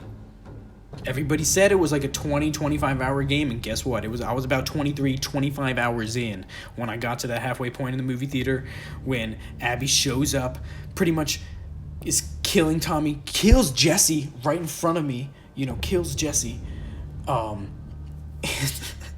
Dude, how long is this video gonna go? Oh God, I don't know. It might be my longest of all time. Who knows? Because the story, man. The story is how much I care. This is how much I care about this damn game, this franchise. Oh, I hope they do a remake of it, or just a re-release of this just a different story. Keep the graphics, the gameplay, you can add a little stuff, whatever, but just do a different story and we're good. Or just cut out the second half entirely. Something. Ugh. Anyway, I thought, okay, people are like, oh yeah, 25 hours, 25. I'm like, cool, I'm playing on the hardest difficulty. I'm about 25 hours in. Makes sense, probably getting to the climax. But here's what I did, guys. Here's what I do sometimes. Is I'll look up to see how long a game is. I'll look up like the cutscenes, and then I'll fast forward the video. If it's like a full video, like The Last of Us, it was 10 hours long, I'll only go to wherever I am in the story. So I was at the movie theater scene, so I fast forwarded the video, and it only took me to about, out of the 10 hours, I was on like hour 4 or 5 or something like that, and I was like, this can't be right. I'm supposed to be at the end of the game, I'm thinking this is the end. And this is be a good climax right here. Ellie better save Tommy, kill Abby. Everything's going to be great, right, in this movie theater?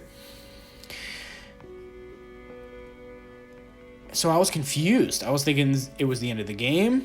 I put 25 hours in on the hardest difficulty. Okay. Little did I know. That was only the halfway point, guys. So I was super excited for a second. Like, oh my God. I have half more of the game left. I'm only halfway there. This is going to be awesome. This might go to a 9.5.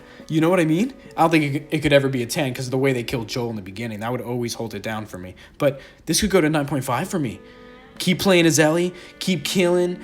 having Dina getting upgrades, new guns, new environments, new enemies. I was like, this is gonna be spectacular. I was so excited to figure out, holy shit, I'm only halfway through the game, man. I'm loving Ellie. I'm loving the design, the tattoo on her arm. I was falling in love with that thing. You know, her outfit, the way she talked, her behavior, her hair. I was falling in love with everything, man, about Ellie and the story and the graphics and the gameplay. I was loving it. I was loving it, 9 out of 10. And I was ready for more. I was elated to figure out, oh my God, I'm only halfway through. This is great. This is going to be awesome. I was like, people don't know what they're talking about. They're giving this game 3s and 4s. Why? I'm like, why would they do that? This is amazing. They're going to double this length and I get to keep playing as Ellie and keep experiencing this world and this story, how? I'm like, how could they make this even worse? There's no way. I was like, there's no way this game gets worse. It could only get better from here. Even if they keep giving us the same stuff, you know, just new environments and a couple enemies, I'd be fine with that. It would still be a 9 for me. But no.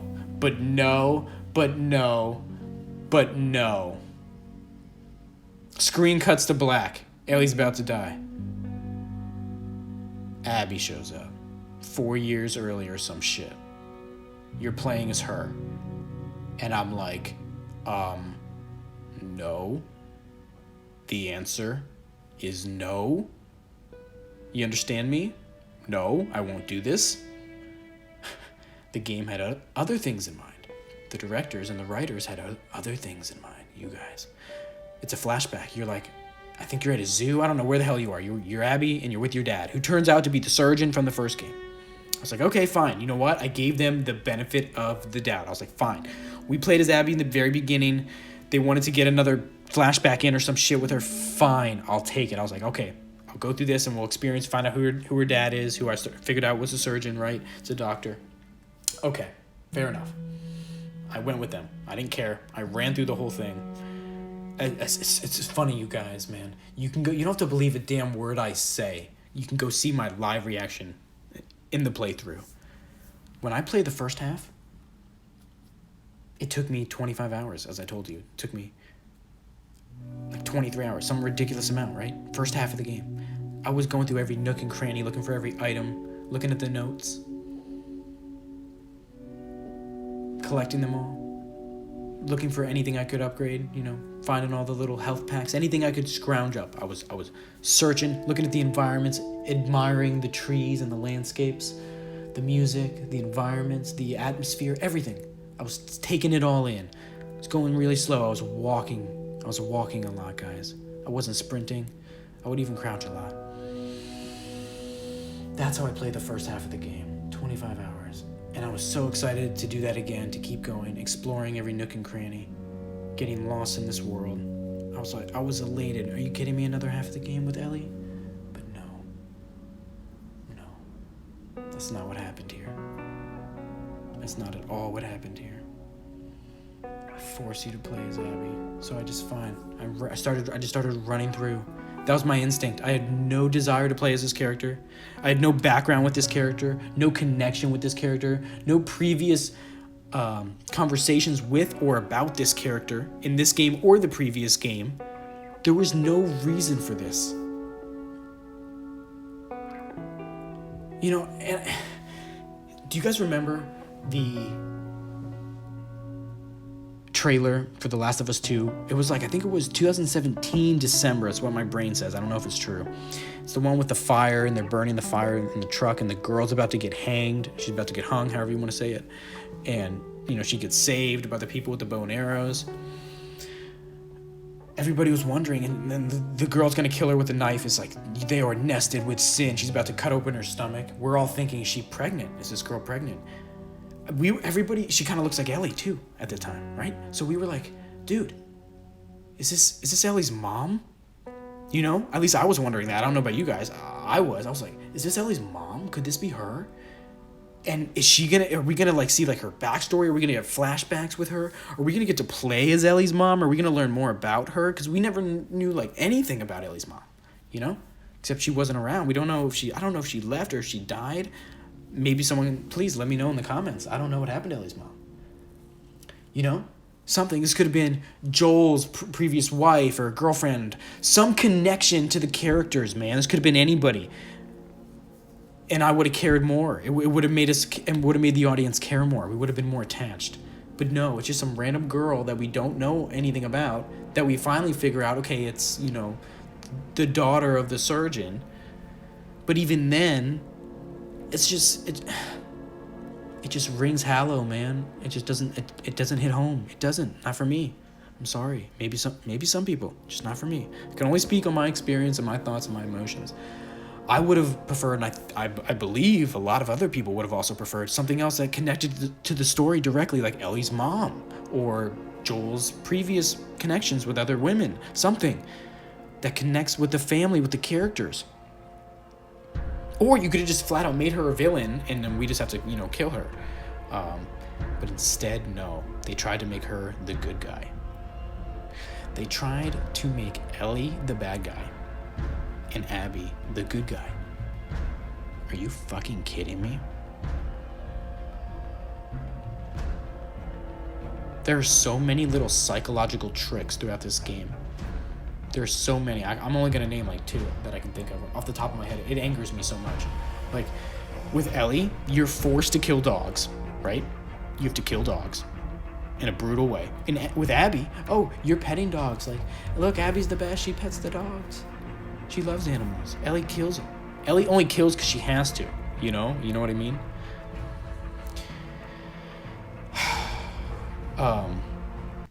And then in Abby's sections, like Ellie's are more, the environments are more similar, or very similar in Ellie's sections, right?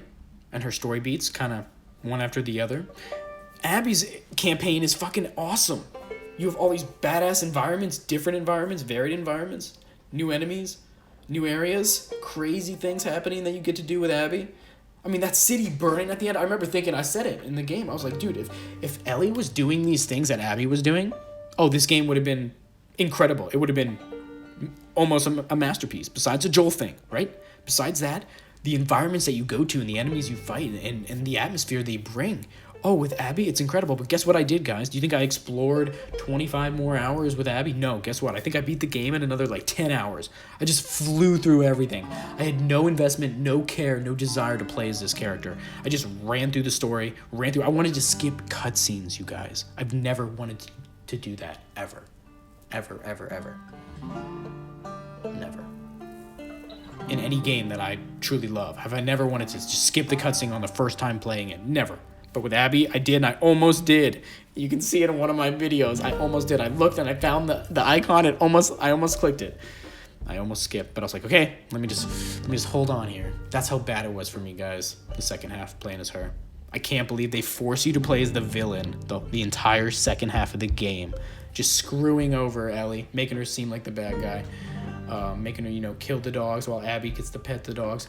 And yeah, they did the varied environments with Abby. They also showed you, another thing is the social atmosphere of Abby's life. They pushed the engine to the max, putting you in like this big city with Abby and shit like that. With all these people moving around, all these moving parts and different side stories and, showing off the power. Ellie didn't get any of that. Dude, God, it breaks my heart, man. Breaks my fucking heart. Ellie got shafted in this whole game, and she continues to get shafted all the way until the very end. I'm so sorry, Ellie and Joel. God. Oh my God, this video. Yep, probably the longest one I've ever made, dude. Probably the longest one I've ever made. That's what's happening. That's what's happening, I guess. I didn't plan on it, guys. I didn't, but looks like that's what it's gonna be. All right. I don't know. I'm gonna get a drink. I'll be right back. All right. On a complete side note, you guys, I have been listening to the Last of Us 2 soundtrack during this video as well. So first, when I first started recording, I was listening to the first game soundtrack, right? And then I listened to the whole thing, and now I've been listening to the second one for, I don't know how long. It's been 40 minutes now. So I gotta say, and it's only my second time going through front to back with this second album, I like it. It's growing on me. I like it a lot. I'm very much enjoying it. I'm probably only going to use part 2 music in this video that you're going to hear. I'm going to probably clip out a couple songs that I love and put them in. We'll see. We'll see what I decide to do. Anyway, I wanted to go back. I wanted to go to the very beginning of the game. I actually wanted to touch on... It's actually kind of like the beginning, middle, and end. I want to touch on these couple scenes with not Abby, God. Ashley is what I was saying, which is Ellie, right? Basically, the game starts, and they're talking when Ellie's there, and they're talking about how last night was a crazy night for Ellie, and Joel showed up, and she didn't want to talk about Joel, and you didn't really know what she meant, what was going on, because they didn't show you the scene. Then, about, I don't know, almost halfway through the game, they have Ellie, or a quarter of the way through the game, they do a flashback where Joel finally tells Ellie when she's about 17 years old. He tells her the truth. That he lied to her for all this time, and she could have been the cure, but he was too selfish to do so, to let her go. And she breaks, man. Her performance once again in that scene, you could feel the visceral pain that she's experiencing as she's told the truth finally after all these years, that he took her away when she could have saved the world potentially.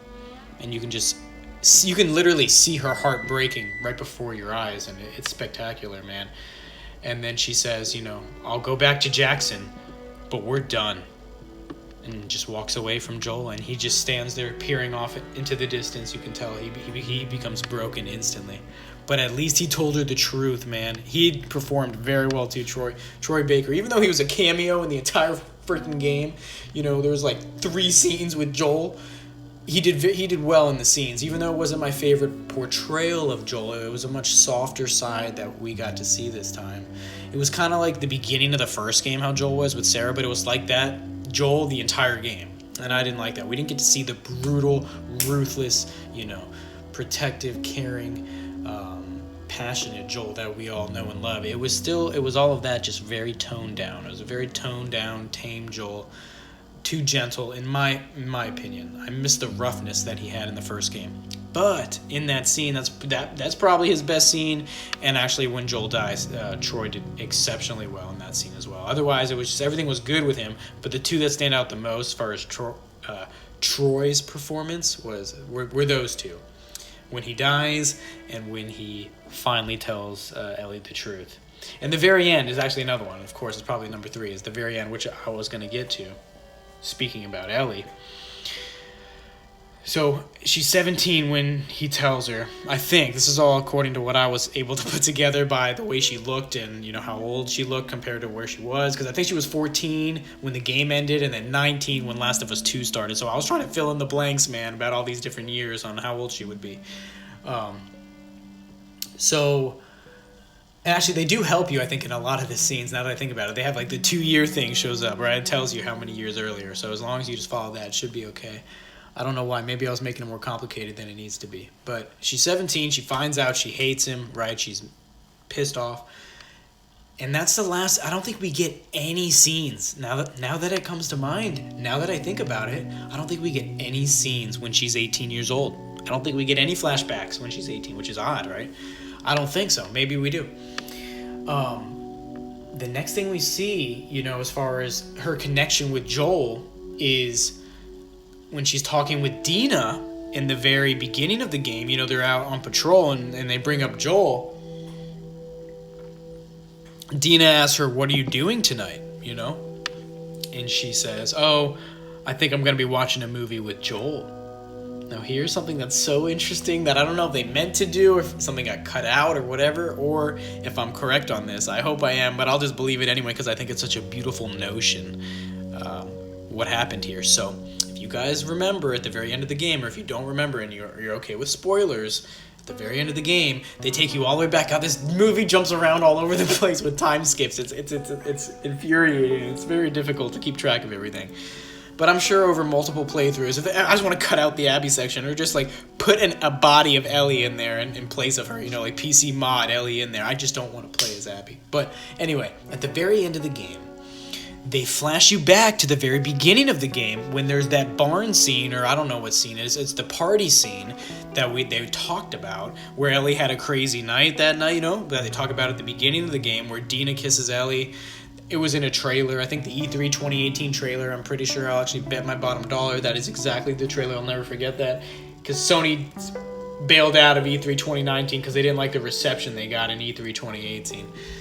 Because of that, they really screwed up E3 2018. But anyway, Joel's at that party. He shows up because there's like this old guy that gets mad that Dina and Ellie kissed, and he starts making a big fuss about it. And then Joel comes out of the crowd and like pushes the guy, and is about to kick his ass. And Ellie chews out Joel. She yells at him. She just screams at Joel like, what are you doing? And he said, I'm sorry, that guy just didn't have any right. And then she responds, and you do? He just stands there and she's screaming at him, right? And he's just trying to protect her. And then she says, I don't need your help, Joel, or something like that. She just breaks him down, and it's so heartbreaking, man, to watch. It hurt me. It was very well acted on both parts, but just heart-wrenching. And he's just like, okay, sorry, you're right. And he just bows out and turns around and disappears. And that's it. And then you think at that point, it's like, oh my God, is that how this went down? Is that the last time is it the last time they spoke to each other? Was the last time they spoke to each other Ellie yelling at Joel in public, humiliating him, and him just walking away? That was the last conversation they had. And then the next day, Ellie's out with Dina. She says she's going to watch a movie with him. And then he dies. He never gets to reconcile with her. It was heartbreaking. And then you're thinking, is that the first time they've really talked since she was 17? Remember when she said we're done at the hospital when he finally told her the truth? You're like, is that like the first social interaction that they've had? And it might be, because what we do find out is when in the beginning of the game, Joel and her have been communicating, at least professionally, at least on a business standpoint, because they have done patrols together. I think Dina asked Ellie, or Ellie asked Dina, how many zombies you've ever killed. Or I keep calling them zombies. The infected. How many infected you've killed on a patrol mission? Because they have to patrol around the town, to keep everybody safe, right? They run their routes. And Dina responds with, 23. I've killed 23 this one time. And I think Ellie killed 13 or something. And she said, Dina asked Ellie, when did that happen? And Ellie responds, I was out on a patrol with Joel. And, we got ambushed and we killed all these things. So it might have been even hunters, but I'm pretty sure it was just infected they were referring to. Maybe it was both. I don't know. Point is, she says she was out on patrol with Joel when it happened. So we know that Ellie has been in communication with Joel, at least in the past 2 years, from when she was 17. But it might have just been professional. You could just imagine how their talks would have been on those things if Ellie was behaving in a similar manner to how she treated him at the party. She was acting like that. I mean, guys, if you're a guy, you can relate to this. If you're trying to talk to a woman and she's mad at you, you're trying to talk to your girlfriend or your significant other, even a woman you just care about, a friend, doesn't matter. If she is mad at you and pissed, you tell me how that conversation is going to go. It's not going to go well. So I just imagine that, if they did talk at all on those patrols, it wasn't anything to write home about. It wasn't anything very deep. It's probably just short one answers. How you doing? Oh, watch out, there's a guy over there, whatever. But what's interesting about all of this is that besides anything that's been done in the past, when Dina asked Ellie what she was doing that night, Ellie still responded that she was going to be watching a movie with Joel. Which honestly makes no sense, right? Because a lot of people think that Ellie hates Joel for what he did, and she definitely has a right to. She definitely does in some perspective. But from another perspective, I think she starts to see it, and she really gets over it as the game goes on. She starts to understand why Joel did what he did and how much he loved her.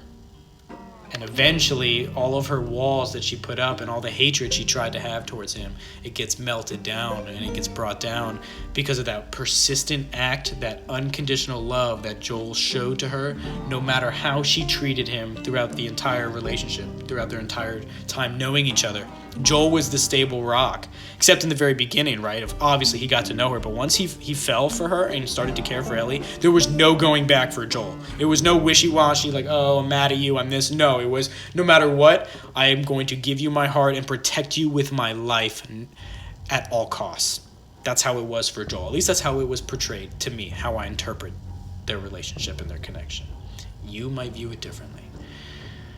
So, the last thing we see is near the very end of the game is when they have that party scene. They show you the beginning of the game at the end of the game, right? That's why this review is all over the fucking place, because the game is all over the fucking place. I'm sorry, guys. I'm trying my best. I'm trying.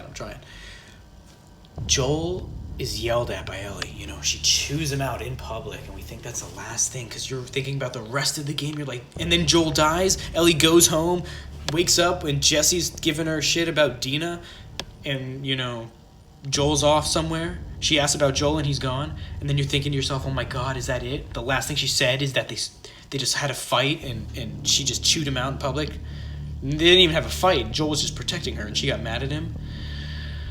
No, that was so heartbreaking. Like, that would be the last thing they ever spoke about. The last conversation they ever had was a negative one like that. It turns out, you guys, that is not the case. Very shortly after, they'd give you another flashback. But the flashback goes, once again, back to the beginning of the game. And they show Joel out on his deck. I don't know if he was playing the guitar, or if he was just standing there drinking his coffee. I know he had coffee with a mug, you know, and had an owl on it. And that is something I want. I want that coffee mug with that owl on it. It's beautiful, man. It's beautiful. And the two-tone brown colors is great. I don't think I got a picture of it. I should have. I'm an idiot for not getting one. I don't think I did. The owl mug is great. So he's drinking his thing, and Ellie shows up, you guys. After the party, after yelling at him, after a couple hours of partying with Dina and everybody, you know what? At the end of the night, her heart still won out. Her heart told her, you need to go see Joel. You need to go visit him and make things right about tonight. You really hurt him. She knew what she did. She knew how she hurt him, how she dug that knife into him with her words. She knows the effect. Obviously, he saved her versus the whole world. She knows how much Joel loves her, okay? It's very obvious. And she loves him deep down, too. There's no denying that. You go play Left Behind, and you tell me that Ellie she's not in love with Joel. Of course she is. Of course she is. She sacrificed her life just like he did for her. And this game proves it even more. We're not even there yet. God, this discussion. I'm sorry, guys. I'm thinking this is going to be the longest discussion on YouTube. I apologize for that. A lot of people make their little 10-minute review videos, and boom, they're done. If that's what you want, to get the hell out of here, because that's not what this is. We're going deep. Okay, so Joel's on his porch, drinking his coffee. Ellie shows up. It warmed my heart, and I was trying to process, wait, where is this in the timeline? Is this at the end, at the beginning, in the middle? Is this years ago? No, and I was like, no, I eventually came to the conclusion, and I'm pretty sure it is. I could be wrong about this, but I'm pretty sure it's right after I'm actually like 99%, because I'm pretty sure during the conversation, Ellie says you didn't have to do that tonight. Like, she was talking to him about that night. So, yes, it is that same night. Ellie's going home. She stops over at Joel's house. He happens to be on the porch. She, knows. It's almost like she knows that he'd be out on the porch like that, right? She just knows, because it's his routine with the coffee and everything. And they have their final conversation. And that is their final conversation. You know, it's a beautiful conversation where Joel flat out tells her if by some grace of God that he had the opportunity to do it again, you know, he had opportunity to change his ways or make a different choice, you know, at that moment in time. He looks Ellie straight in the eyes, because she's mad at him, you know what I mean? She's like, I'm mad at you. I don't know if I can ever forgive you for what you've done. You didn't give me a choice. I could have died, then my life would have meant something. It wouldn't have been for nothing. And Joel responds with, if somehow God gave me a chance. I think he says, the good Lord gives me another chance at that night, at that moment. And he turns and stares right at her and says, I would have done it all over again. I would have made the exact same decision. And I don't even think she responds, man. It's just her acting and his acting. That's it. He just stares at her with this glare. I don't even know what type. 1,000-yard stare. That's the best. That's the only, analogy I really know of staring and looks. He gave her a 1,000-yard stare, man. And then I don't think she even responds with words. Like, she wants to, and she's like taken aback. She's like out of breath. She leans back a little bit, opens her mouth. I think she even does take a breath of air as if she's going to say something, and she doesn't. She just breathes on it for a second, lets it sit, lets his response sit. And at some point, in the conversation, either right there or before or sometime near after, she says, I don't know, or I don't think I can ever forgive you. I don't know if I can ever forgive you, Joel, for what you've done. And he nods his head, and, I think he says, I understand, right? And he's getting really upset. He's getting really, really teary-eyed. Because all he's ever wanted since he met her was to have a connection, have a relationship with her, and to just be around her. That's all Joel's ever wanted for them, is to just have a great life. As a man, as a lion, as a person, whatever you identify, what more could you ever want for the person, for the people you care about, than for them to have just a good, happy, healthy life with you in it, you and them in your life, making memories together, spending time together, eating together, watching movies, playing games. If you're in The Last of Us, you're hunting and killing the infected and hunters, people that try to raid your city, and we'll do those things together. That's all Joel ever wanted with Ellie. And you know what she says? She says, I don't think I can ever forgive you. And I think he starts to cry there. He gets really upset. And understandably so. I would too. You would too. Any person would too. And then she says, but I would like to try to. I would like to try to forgive you, even if I don't know if I ever can. I would like to try. And he says, I would like that. And that's it. They don't hug. They don't say, I love you, nothing. And that kind of really hurt. Like, I wanted them to hug or something. Kiss on the forehead, kiss on the cheek, something. They didn't do anything. No I love yous. But at least they gave us that much. You know what I mean? It would have been terrible. Could you imagine the world where it's like the last conversation they had was at the party, and Ellie just tells Joel to go to hell. She doesn't need his help. She just breaks him down as a man, as a human, humiliates him, demasculates him right there. Could you imagine if that was it? So at least they gave us that final conversation. As many things that pissed me off in this game, at least they gave us that final conversation together with them two. That closure, a little bit of closure. That's how I always am, man, with relationships, friendships, girlfriends, what have you. It doesn't matter. If there is a particular reason, either on my end or their end, or circumstances where we need to separate, where people need to not be in contact, I am totally okay with it. It's all good, man. But you know what? And I hope you guys all do this too. Men, women, what are you? A cucumber? I don't care what you identify as. Whatever you are, if you're living and breathing and you understand the words that I'm saying, if you want to separate from somebody, you have every right to, and they have every right as well to separate. But I would always implore you and always encourage you all to have closure at the very end. Do not just disappear on someone. Do not just block someone. Do not just erase somebody completely out of your life. Have a moment where you can both talk, get your last words out, say your piece, say your final goodbyes. And then, if after that conversation, you both still fully agree and accept that you can't be together, so be it. Get your words out, write it down in a note, sing it in a song, do a dance, make a painting, whatever you do to express yourself, to communicate with that person, that boy, that girl, that cucumber, that animal, whatever it is that you're connecting with or disconnecting with. Write it out. Have that conversation, that final closure. And that's what we got here in The Last of Us with Joel and Ellie, and I'm very happy about that. I give that high ratings, high marks on that. Because even though there's so many things in the story I cannot stand and will continue to talk about, there's no question the longest video I've ever made. even though there has so many negative things, man, I cannot help but try to latch on to the positive things, try to critique it to the best I can, that maybe someone hears this and they make something similar, they can make better art, or if someone in the Last of Us team, Naughty Dog hears this, Sony hears this, they can help make a better game for part 3, and whatever other games that people are going to make, and any other art, not just games, movies, music, whatever, TV shows, I don't care what you're making, friendships, relationships, the way you behave. I hope I can just give advice and experience and thoughts and perspectives that show people how to become better humans, better animals, better cucumbers, whatever you identify as, just become better at whatever you are. I'm trying to help everyone, including myself, of course, because I'm not the best I could be. I know I'm not. I want to get better every single day, and I try to be, so... And I just try to help other people grow as well. So, where was I? Out of the many things it doesn't do very well, I try to focus on the positive things and things it does exceptional. And I'm very glad we got this closure with Joel and Ellie. This final conversation where you can feel the love between the two characters. They both get teary-eyed. They both get upset. They're both physically shaken. You can tell they want to move, maybe hug each other, maybe do something, but they don't. They just stick to their thing. Joel holds his mug, and Ellie just kind of, holds onto the railing, I think, and that's it.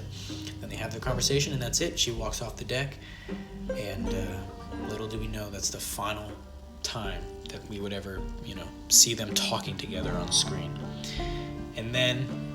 staying on this subject, just the beautiful romance or relationship, father-daughter, whatever you want to call it, between these two, the connection they have. Dude, when Joel's dying and Ellie's laying there,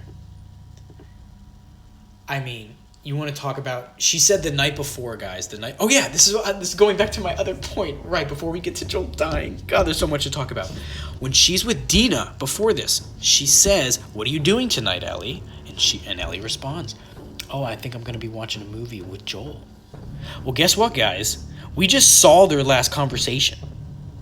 There was nothing mentioned about that movie. So either A, the writers completely forgot about it and didn't tie that bow tie on the story well enough, or B, and I hope it's B, or C, it's either A or B, or B, they left it out on purpose. And the reason they left it out is because of Ellie's response with Dina saying, "I think I'm gonna be watching a movie with Joel tonight." Guys, they didn't talk about that, which means Joel doesn't know that they're going to be watching a movie tonight. That conversation never happened. We never saw that. As far as we know, the last conversation they had was very late at night, after the party was over, so it's already late, past midnight, 1 o'clock in the morning.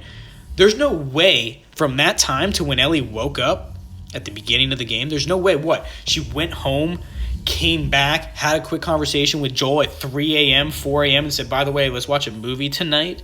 No, I don't think that's the conversation. I don't think that's how it went down. I don't think that's the chronological events of things that took place. You know what I think happened, you guys? I think Ellie went home that night after having that conversation with Joel, after not speaking to him for years, only on the patrol missions they had when there was, no one else. It was just them two, and she was forced to talk to him, and she was probably pretty mean to him during that time, I would imagine. Very cold, maybe not flat out mean, but very cold and short talking to him. You know what I think happened? I think when she went home that night, after having that conversation with Joel on the porch, it started to seep into her. She started to really absorb it. She started to understand Joel and his love and his passion and just how much he cares for her. Even more, even though during those 2 years maybe they talked a little bit, but like I said, this was the first time in those 2 years since the hospital scene when he finally came clean and told her. First time they're actually having a conversation with emotions and their hearts open to each other. So I think that had a strong, profound effect on Ellie. That it really started to take her back in time to the connection they used to have, going to the museum together, going through Last of Us Part 1 together, Left Behind, everything. And I think overnight, Ellie was like, you know what? I don't know how longer I'm going to be on this earth. I don't know how much longer he's going to be here. I want to really start to try to forgive this guy. I want to get close to him again. I want to have the connection that we used to have. It's because of last night, right? It really won her emotions over, right? So then, I think she was already planning in her head, I'm going to go see Joel tonight. I'm going to go over to his house.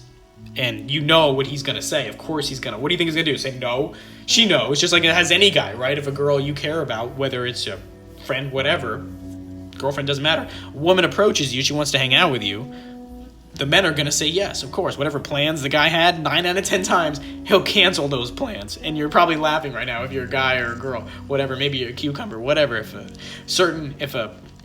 pineapple comes over, the cucumber is going to be there, right? Whatever. So if a girl wants to hang out with the guy, he's going to be down. And Ellie knew this, duh. So that's why I think she was so quick to respond and confident to respond with Dina. When Dina asked, what are you doing tonight after we're done with our patrol mission? Ellie just says, I think I'm going to be watching a movie with Joel. There was nothing said about, I had this conversation with Joel. We talked about it. We planned for it at 8 o'clock tonight. No, Ellie just said, I'm going to be watching the movie. And I think she already picked out the movie. She knew what one she wanted to watch with him. So what she was going to do was go over to Joel's house after the patrol, knock on his door. He'd answer. She'd say, hey, Joel, it's me, Ellie, right? Would you like to watch a movie tonight? What do you think Joel would have said? Of course, yes. What movie you want to watch? And Ellie would have said whatever it was. Vampire movie, whatever movie it was, the bank robbers, the 80s movies, right?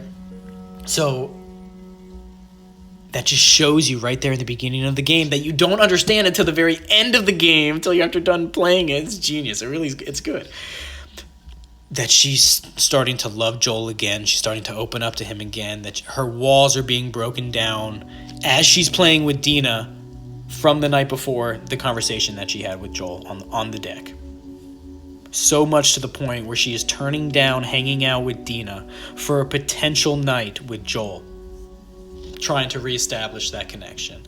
I think that is genius. Like I said, I don't know if they meant to do that or if they just left it out of the writing at the end, because at the very end, they could have just added that in at the scene, right? As Ellie's walking off the deck saying goodbye to Joel, she could be like, he could have said, hey, want to watch a movie tomorrow? Or she could have turned around and said, hey, want to watch a movie tomorrow? Either way, they could have done it. It would have taken them 5 seconds. So either A, they completely missed that part of the story at the beginning when Ellie says that, which I don't think, all the QA, the quality assurance testing or whatever it is called, all the players, the writers, the actors, you don't think that they would just miss that part. You know what I mean? Just not get it.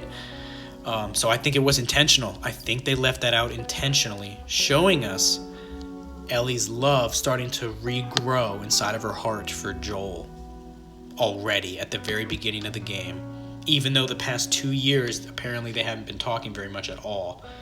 After that one heartfelt conversation with Joel, it started to pull Ellie back in.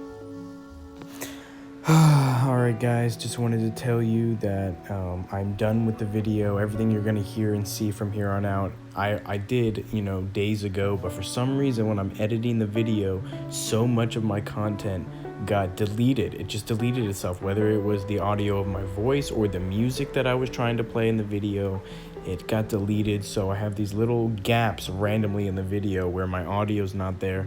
So I'm including this post, editing, just to include my audio here to let you know that it's there normally would be some blank space here with nobody talking. For some reason, I don't know why, the video is like deleting parts of the audio like that. So I'm just talking here to fill in this gap, but the review is going to continue here in a couple seconds. Don't worry. And here we go. All right, we're at the spot where it continues. Sorry about that, guys. Right back into the review. Here we go. I hope you're enjoying it. So when they're lying on the ground, Ellie's beat to shit, and Joel's literally has his leg blown off. He's covered in blood. He's one hit away, one golf swing away from dying. They're laying there, and Ellie's screaming to Abby, please don't do this. Please stop. Just begging her.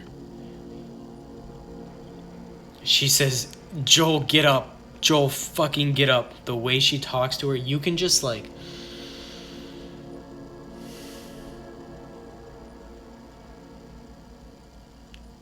her performance, man. I know I've been saying it a million times, and I will continue to say it because it cannot be stressed enough. Ashley Johnson stole the show here. And speaking of which, though, I gotta commend Joel. Another thing, when he was going down, when he got shot that first time, and then he saw Tommy get beat up, immediately the first thing he does is writhing in pain on the ground. His leg is blown off from the shotgun. He screams, "Tommy!" He's caring about his brother. He's looking over towards his younger brother to help him, but he knows he can't. And he just screams out his name in pain. Flawless acting, spectacular, and you could feel his love and his helplessness that he had in his voice, man, and in his heart for his blood, for his brother. It was moving, truly, it was moving. So going back to Ellie's perspective, she's lying there looking at Joel. They're both on the ground, covered in blood, and she tells him to get up, and the camera does one shot. It does one quick shot for about maybe 1 second. It looks at Joel's face, and you just see that maybe it's 2 seconds. It's such a short period of time. You can just see the guy as he's on the brink of death. He's just looking at her. But I'm glad to know that on one perspective, it's he might have died afraid, because he might be afraid of what's going to happen to Ellie and to Tommy. You know, but on another hand, he might think that he's the only one they want because they killed him instantly and they only hurt Tommy. So maybe he also thinks they're just going to kill him and leave. That's what he's hoping, right? But on a more positive note, in his last moments, the last couple breaths that Joel took, he was witnessing Ellie's love for him. How Ellie was 10 feet away from him on the ground, staring at him, screaming, yelling, and crying, and begging his killer to stop. So in that moment right there, Joel hopefully understood the deep, passionate, almost unhealthy love that Ellie also had for him in her heart. That had to make him feel some kind of peace. You know what I mean? From a certain perspective, right? The other two perspectives are equal and valid, and maybe it was a little bit of all three of the perspectives, or a totally fourth one that I didn't even think of, you know? So I'm just glad in that way to see that Joel got to witness Ellie's love for him one last time, full force, untethered, you know, raw passion, just screaming and crying for Joel to get up and how much she cared for him, you know? So that does bring me a little bit of joy. I'm trying to latch on to any little bit of joy because of how dark and grim the game is overall. And people are saying, like, the game is, like, I mean, really gruesome and violent and disturbing and stuff. And I was expecting much more, and I guess it's probably because, you know, me, I love, like, you know, horror games, like Evil Within, Resident Evil. When you play games like this stuff, you know, Outlast, when you play things like this, other games, quote-unquote, horror or gore or violence, or, you know, when you play Bloodborne, right, it takes on a different meaning. I mean, I'm not saying The Last of Us is a rated G, happy-go-lucky time, no, but it wasn't what I thought. I mean, Resident Evil 7, like the first 15 minutes of the game, you get your hand cut off. You know what I mean? And there was nothing really like that here in this game. I mean, Joel got his leg, you know, half blown off, you know, by the shotgun. But nothing as gruesome as, like, you get your hand cut off with a chainsaw. You know what I mean? In Resident Evil 7, there was nothing like that, you know. As far as the torture, it was just her hitting him with a golf club, at least is what we kind of saw. And that's not, I mean, it's bad, but it could have been, I thought it was going to be way worse than it was, because I'm thinking Resident Evil type level shit, you know, of horror and gore and violence. But there wasn't any of that here, you know. You got your stabbings, you know, people choking to death and things like that, zombies, people getting eaten alive. And as I say these things, I'm realizing, you know, how desensitized I am to it, because I'm just used to playing games like this, guys. I've been playing Gears of War, you know what I mean? Like, look up Gears of War if you don't know what that is. Like, you're just chainsawing people in half, literally every other guy. It's just blowing limbs off left and right. So I thought it was going to be much, much darker. I thought we were going to have to take place in torture scenes and, like, you know, cutting limbs off and things like that, like forced against the player's will with cutscenes and quick time events. But no, there was really none of it. A little bit at the end, it was pretty gruesome. You know, the final boss fight with Ellie and Abby was pretty gruesome. I loved that. I really did. That was great. I wish it was more brutal. But we're getting ahead of ourselves. So... yeah, but people were saying, you know, the story was going to be that's just super violent and dark, and I just didn't get that. There was a lot of beauty, a lot of calmness to it, but there was actually, now I think about it, what am I saying? There is that one pretty bad torture scene where, not even torture, it's just they slice the dude's stomach open. That's getting there, you know what I mean? And there's another scene where, like, they have a bunch of bodies that are just, like, impaled on these sticks. That's pretty bad, too. But the stomach thing was probably actually, now that I think about it, the worst scene in the entire game was the stomach one. But you only saw it. You saw it from a far, far distance. They didn't, you know, do anything with it. Oh, the hammer scene was also another gruesome one. Now they're coming back to me. The hammer one where they broke the girl's arm. Yes, very brutal as well. Absolutely. Yeah, so those were the really, really bad things. So I guess for some people that would, you know, push them over the edge. But like I said, I'm used to just much, much more in the games that I play, so it was not too big of a deal for me. However, in the moment, in the context, looking at these things happening, yeah, it was intense. I can't take away from that. It really was very intense. I personally just I kind of expected and kind of would have really wanted it to go a little further, though, personally. But anyway, okay, so let's see, what else? We were talking about Joel and Ellie doing their thing, the acting, the performance, right.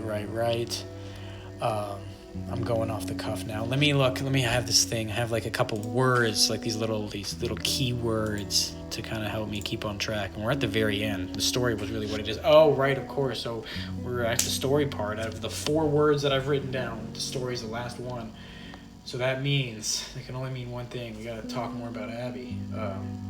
So you play as her. It's horrible. I have no interest in her, no investment at all. Half the fucking game you play as this girl. And the whole time I just wanted to get back to Ellie. You can look at my playthrough. Like I said, don't believe a word I say during this discussion, this psychological analysis. Just go through my playthrough. You don't believe me, and look how I played the game with Ellie, how meticulous I was, how particular I was, searching every corner, upgrading every little thing that I could when I wanted to, scrounging around for anything to find, any item, any weapon, a map, whatever. Killing every zombie I could, killing every person that I came across. But no, when I became Abby, I just sprinted past everybody. I tried to sprint past enemies. I didn't care. I just stopped caring. I didn't care. I understood what Skill Up was saying the whole time in his video. He was saying that he didn't like the game when it first came out, or before it came out, and I didn't understand why he was saying that. I was like, what's Skill Up talking about? It looks great. And then when I was playing it, I was really questioning his opinions on it. The first half, because I was like, I'm loving this. What is going on? Why did Skill Up say this game was terrible? Little did I know that there was a second half of the game that he was embargoed. They weren't allowed to talk about it. Sony wouldn't allow people to talk about the second half of the game in their reviews, which is a whole nother discussion that we will have at the end of this video. And it will affect the rating of this game, unfortunately, my overall rating. Even though I'll give 2 separate ratings. Like my overall, given the whole scenario and the circumstance of how this game came out, I'll give you that rating, but I'll also give you a more objective rating on what the game, in my opinion, quality-wise, what it actually deserves. And they're very close to each other, but one's obviously a little better. So, yeah, you're playing as Abby, and I just didn't give a shit, man. I didn't care. We didn't have enough backstory with her. In fact, I actively hated her, you know, because of what she did to Joel, how she tortured him. It's one thing if she wanted to kill him. It's just the way they did it, guys. It was so disrespectful. They did it too early in the game. They didn't allow us to spend any time with him. We didn't create any memories with him. We had no set pieces with him. Nothing. With Ellie and Joel. Nothing. We had the one with Abby, and then she kills him right after he saves her life, and Tommy saves her life multiple times during that encounter.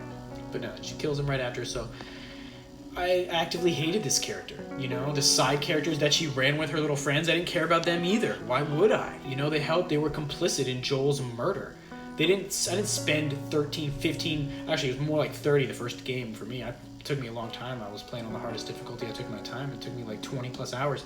The 20 hours I took playing the game the first time, Last of Us Part 1, on the PS3, on my friend's PS3, sitting on his floor. Abby wasn't there.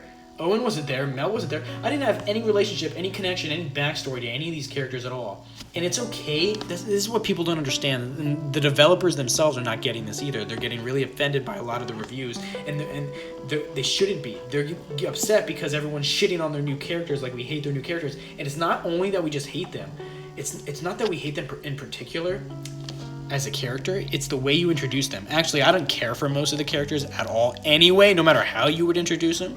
Like, I don't think I would ever end up caring for Abby, no matter what you do. She could be fucking Supergirl. I just don't know if I would like the character. I don't like her personality, the way she looks, the way she behaves, the way she treats people. It's not for me. It doesn't draw me in. I'm not attracted to it at all. So, they weren't there. It's like they'd shove them in the second game and just make you play as them. It'd be one thing if like these were side characters we kind of saw in the first game, maybe in the DLC a little bit, we learned about them, maybe we read notes about them, something. If there could have been any context to these characters leading up to this, it would have landed better, in my opinion.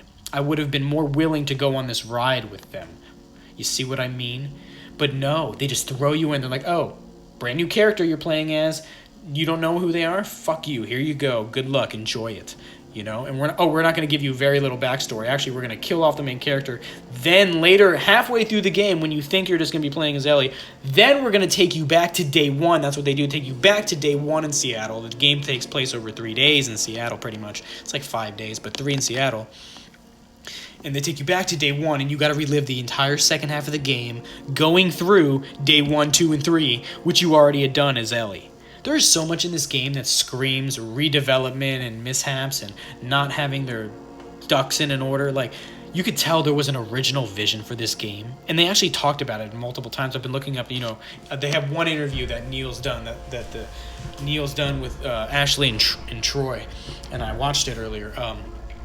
They talk about how there was another ending. Like, Abby was supposed to die. Ellie was going to kill him for most of the development time, and that changed. There was another time in the development when Ellie was supposed to go to the island and have this incredible sequence over at the island, and I'm like, yes, both of those things would have landed so much better, in my opinion. Like, you should be playing as Abby, and if you do, it should be such small segments. Ellie should have gone through all those set pieces. Ellie should have been on the skyscraper, up in the sky, going across the bridge. Ellie should have been on that creepy island with the fire and all the crazy, religious fanatics. That should have been Ellie doing those awesome things.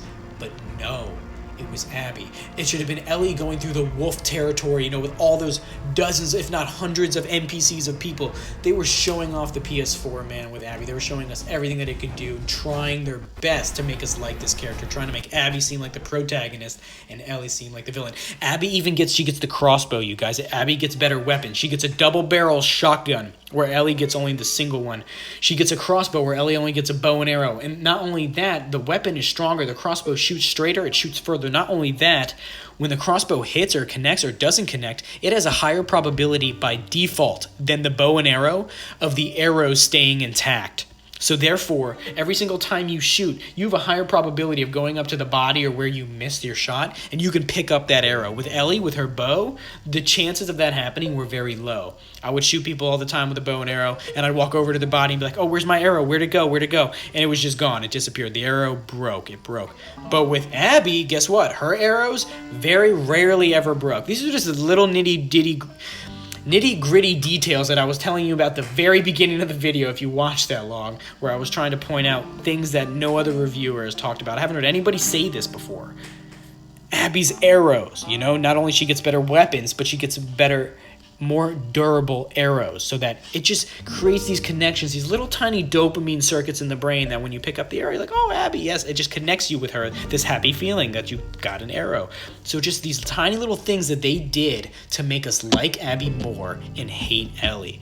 And it just really broke my heart. They made Ellie seem like the villain, like Ellie was the one ruthlessly murdering, going around slitting throats. Everyone she's wanted to kill them all. No, Ellie even said when they were talking about the boat, getting the boat with Jesse, he's like, what are we going to do with all of them? She's like, well, I have no problem with them. As long as they don't get in the way, they can live. They're fine. Ellie is only killing people that are trying to actively kill her and stop her from her mission. Whereas Abby's just like killing people left and right. Abby ends up killing all of her own people. Instead of talking to them and trying to have a conversation, or at least even during the fight, trying to yell over cover and explain herself and try to have a conversation like that. No, she just immediately, at the drop of a hat, just starts murdering all of her own people, the wolves or whatever the hell they are, WLFs, And Ellie doesn't do anything like that. Ellie, at the very most, she makes that, like I said, that one decision where I was kind of like, not on board, where she abandons Tommy and Jesse and goes by herself to the boat, when I think she should have gone with Jesse to go find Tommy. Other than that, I'm struggling to think of any Ellie decisions that I really didn't agree with that she made, except at the very end when she chooses to let Abby live. But we will get there. So yeah, you play half the game as Abby, and it just throws off the pacing. It throws off my care. All the environments. You go to the aquarium with Abby, that beautiful fucking aquarium. It's great. You go to the wolf hideout. All these things, man, you get to do as Abby. And these awesome environments. And guess what? I didn't give a shit. I didn't explore any of it. I didn't care. I just ran past all of it because all I wanted to do was get back to playing as Ellie. It really taught me a lesson. Naughty Dog really taught me a valuable lesson when I played this game. It's that you could have the best environments, the best gameplay, the best music, the best graphics, the best everything. But if the story and the characters aren't good, if they don't line up, and you're telling a character story, a character-driven story narrative, guess what? It means nothing to me. And that's what this game taught me. It taught me you could be the prettiest game in the world, good gameplay, good music, but if the story and the characters are trash and I don't care about them, and not only do I not care about them, if I actively hate them because of the things they've done in the story, guess what? I'm not going to want to play that game. I'm not going to want to spend time with those characters. I'm not going to want to spend time in that world. I'm not going to want to explore that world and learn more about it. And that's exactly what happened here, and it taught me that lesson. I never thought that. At the beginning of this, I made a video, I forget what couple videos where I mentioned it. I was like, you know what? As long as Last of Us gameplay, music, and combat is good, as long as all that stuff's good and the graphics, I'll forgive the story. That's how I went into this game thinking, because I didn't think it would be this bad. I thought maybe Joel would die, like they said. I thought that would happen at the end of the game. We get to play as Ellie the whole time, maybe a little bit of Joel, and it would be sad but a fulfilling story in the end. Ellie would get her revenge. That's what I thought going in. The story went so bad, so far down this trash heap, that I started to realize, holy shit, there is a point where the story really does ruin the entire experience for me and lowers the score of the game. And it blew my mind that could happen because, like I said, as long as it did itself well, we got to play with Joel a little bit, we got to play with Ellie, see their banter. If Joel dies at the end, I was ready to give this game a 9.5. That's what I was ready for going in. Then at that halfway, I started to get scared in the very beginning when you got to play as Abby. You had to play as Abby in the snow sequence. I got scared there. I was like, what the fuck is this? I don't want to be playing as her. But it was done with really quick. It was a short little tease, and I think that's what they wanted to do. They wanted to kind of like dip their toes in, get the players ready, They really pissed me off. And then they backed away from it. We got to play as Ellie for a really long time, and every time the cutscene would end, I would get scared, and I said it in my stream multiple times. I was like, oh God, are we going to play as Abby's now? I don't want to go back to playing as Abby. We did it that one time. I'm good. I don't need to ever play as her again. And every time it would cut back to Ellie, and I would be like, whoo, thank God, buddy. Yes, we get to keep playing as my girl, man. Keep playing as Ellie. This is good. And then by near the end, like I said, I thought it was at the end of the game. I was like, thank God we squeaked by that. We dodged that bullet. We didn't have to keep playing as Abby. That would have been shitty, huh? If that had to happen. Little did I know, it wasn't the end of the game that I was at in the movie theater. No, Lion. No, Daddy. It was halfway through the game. And guess what? The other half was all about Abby. Dude, I'll never forget it, man. I'll never forget seeing her little braid and that beautiful forest that she was in, and immediately not caring. And immediately having this sinking feeling in my heart like, oh no. Were they waiting this entire time, me playing the game with Ellie, only to set it up so that I go through all of this shit with Abby? And then I started to get upgrades for Abby and find items with Abby and weapons, and I was like, they want me to upgrade her? Are you telling me this girl is going to be a main character? She's the other protagonist that I'm supposed to be playing? The good guy? No. I was repulsed by it, and I still am, and I probably always will be. I don't see myself ever getting over that. And I hope to God in my heart they redo this game. I hope they do. I've never seen it done before. Never in my life. I've seen reboots of franchises all the time, right? But never have I seen a game come out and then the company take it back, say it's not canon anymore, rewrite the story, and give us another one. But you know what? There's a first time for everything, Naughty Dog. There's a first time for everything, and I'm on my hands and knees. Believe me, metaphorically. I am on my hands. I'm praying. Please do it. Please. Rewrite this shit.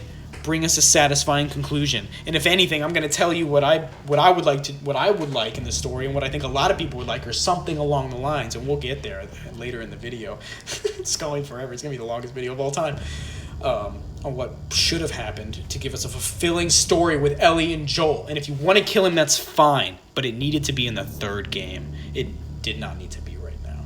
Because this franchise needs at least 3 games, if not more. But minimum it needs 3, in my opinion. I think 3 would be perfect. You could wrap up everything in 3 games and never touch it again. Let it sit like Jaws or Back to the Future, where it's just this thing that's out there, you know, and you just... Well, actually, I can't even say Jaws. Jaws is like, there's like 5 Jaws. But I mean, you know, like the first one, how it was so well respected. You know, let's just focus on Back to the Future, okay? These 3 movies that are out there.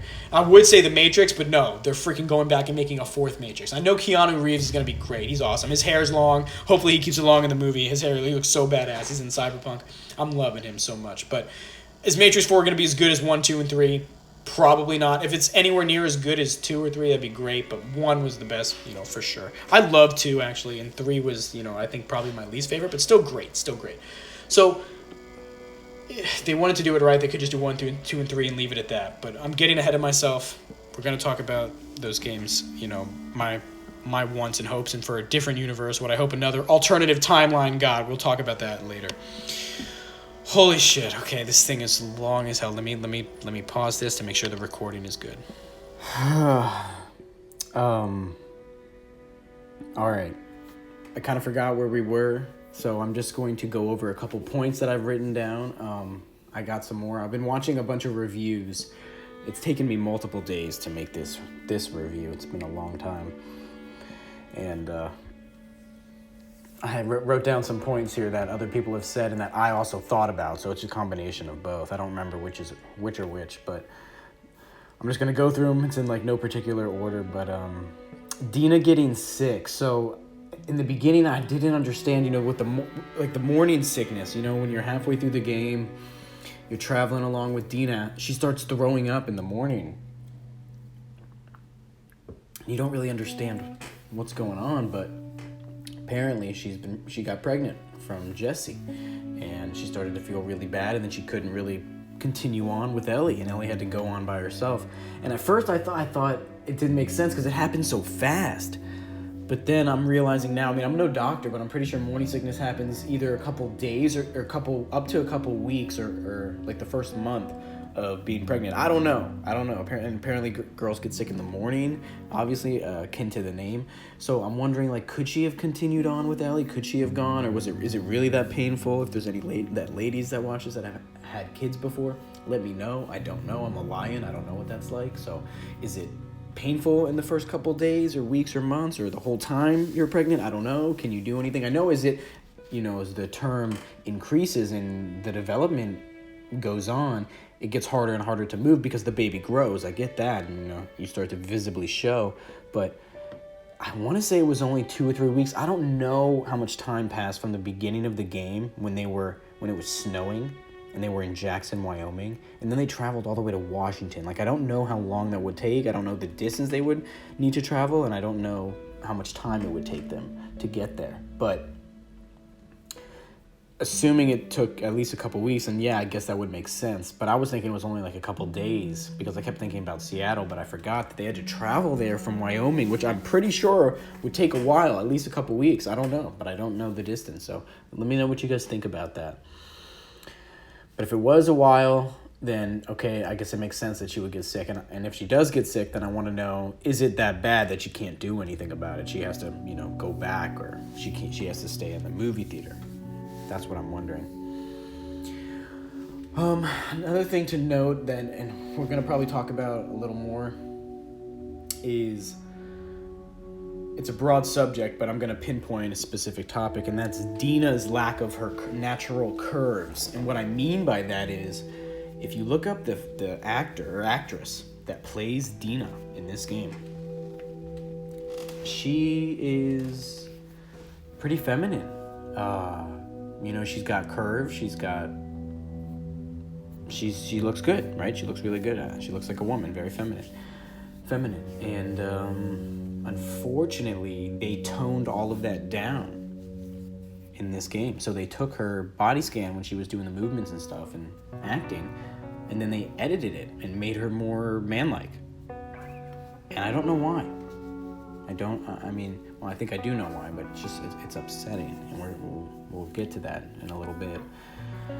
A positive note is the transitions that the game has from gameplay to cutscene and cutscene to gameplay, especially cutscene to gameplay. I like that one the most, is where the characters are moving, they're doing something, something's going crazy, and then boom, you're back in it. You go into you're into the game. All of a sudden, you have control of the character.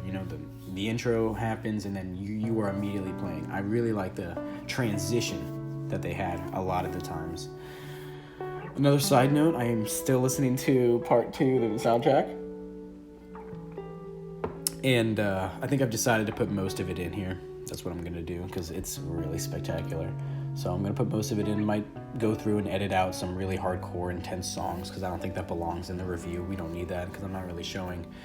I don't have enough memory and stuff on my phone, guys. I run my entire channel on my phone, by the way, in case you didn't know. I run my entire channel, everything on here on my phone, and I'm running out of space. I don't have enough space for all this crap. I'm really running out, and it's hard. I'm trying to keep certain memories, certain little things that happen in my life, private things as well, and it's taking up memories. And then I have most everything, like most of the memory on my phone is all my videos, right? My YouTube videos. So, and there's a select few of them. After I record them, I don't want them to go away. I don't want them to get deleted ever, in case anything happens to YouTube. I want to hold on to them, but it's only a couple of the videos, but still it's enough to hold up my phone. My phone's gonna be full soon, so I can't put all the gameplay and stuff that I want in here. I wish I could.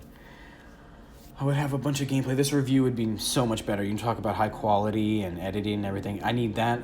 Not only need more memory, guys, but I need to be financially free. I need more time. My life is so stressed right now. Everything is crazy with the world. You guys know this. In 2020 in June, it's insane what's going on. I'm looking for work. I have like a side job, but it's not enough to pay. I'm running out of money. Everything's so stressful. It's like, oh, God. So, sorry about that. I apologize if this video and all my videos, I apologize if they are not up to the highest quality. I do the best I can with what I have. As far as my Twitch streams, it makes me laugh so hard. I stream 1080p 60 frames. I try to from my 4K console or 4K TV and my PS4 Pro and my Xbox One X, but for some reason, the games, at least on PlayStation, they appear so blurry on Twitch. I don't know why. I'm supposed to be doing 1080p and everything shows up at sub 720. It's like 540, the blurriness. It's so weird. Yeah, my Xbox, I don't think it looks like that. I think it looks good. My Halo games and stuff, I think my streams look good on Xbox. I gotta go back and check, but PlayStation 4, something's wrong with the streams on Twitch. I don't know what it is. On Twitch and on YouTube, when I watch them on YouTube, it was really blurry, so hopefully that gets fixed for PlayStation 5. And hopefully they fix it today, but I'm at least giving them the benefit of the doubt to push it back. Okay, make PlayStation 5 amazing. I just want PlayStation 5 to be just the greatest experience I've ever had as far as video games are concerned, consoles. I hope it's great for all of us. Same thing with the Xbox, of course. I just have less faith in the Xbox because they are being so quiet about Halo and the games and this July event that's coming next month, and it's just scary to me. But anyway, I'm sorry for getting off track, guys. Let's move right along. What is it? Oh, yeah, the stereotypes. The game does fall into a couple stereotypes, which it actively tries to avoid most of the time, especially one saying that women are strong and independent and dangerous and ruthless and all this and powerful. To go against that, they have the stereotype Dina and Ellie, as many people as they murder and kill and all these things, they can't open a jar. They find a warehouse of cannabis, and they're trying to open a jar, and Dina can't do it, Ellie can't do it, neither one of them. And what does Dina do? She takes the jar, and I understand, if eventually, you couldn't open it, whatever, but she takes the jar, I understand if you can't open it, you gotta smash it to open it. But she smashes it on the ground, like right at their feet. And I was thinking, you know, you should go outside, smash it on a wall, smash it somewhere in a corner of the room, you know, that you'll never go into. But she literally just throws it straight on the ground where they're standing, and glass shatters all over the place. And I'm thinking, what the hell? Like, you can cut yourself in an instant, you know, step on stuff and, you know, anything. And they eventually end up, like, you know, having sex right there too a couple minutes later. And there's glass all over the floor. It's like, dang, it's so dangerous. They take off all their clothes, so they're very vulnerable. I don't know, man. It's just, even with the clothes, the glass would pierce right through. So yeah, that was a little weird, little stereotype that they fed into with that one. Yeah. But anyway, okay, so moving right along. The jump animation, right? The jump animation is just hilarious, man. Like, the jump animation is... It doesn't look right. I don't know. It almost just looks like, if I remember correctly, I haven't seen it. It almost looks like Ellie just brings her feet. The characters just bring their feet up towards their chest, but their chest and head, their torso doesn't go up at all. Like, it almost seems like that. It's just a weird animation. I don't know. I haven't seen it in about a week. I haven't played it all. I actually uninstalled the game, which breaks my heart to say, but it's the truth. I beat it. I beat everything. I have the whole playthrough on my channel. It's up right now, the whole thing. But, yeah, the animation of the jumping is weird. It's really weird. It's odd. For as well as the characters are animated in most of the other circumstances, like moving in between cover, I can't help but keep thinking about it. There's that one room, and I'm so pissed that it was Abby that had to do it. When you get locked in and the Seraphites or whatever are trying to help you get out, they're trying to help you escape by opening the door outside, but they disappear, they leave you, and you think you're abandoned, and you're in that room with all those, you know, clickers and enemies, and I think bloaters or shamblers show up.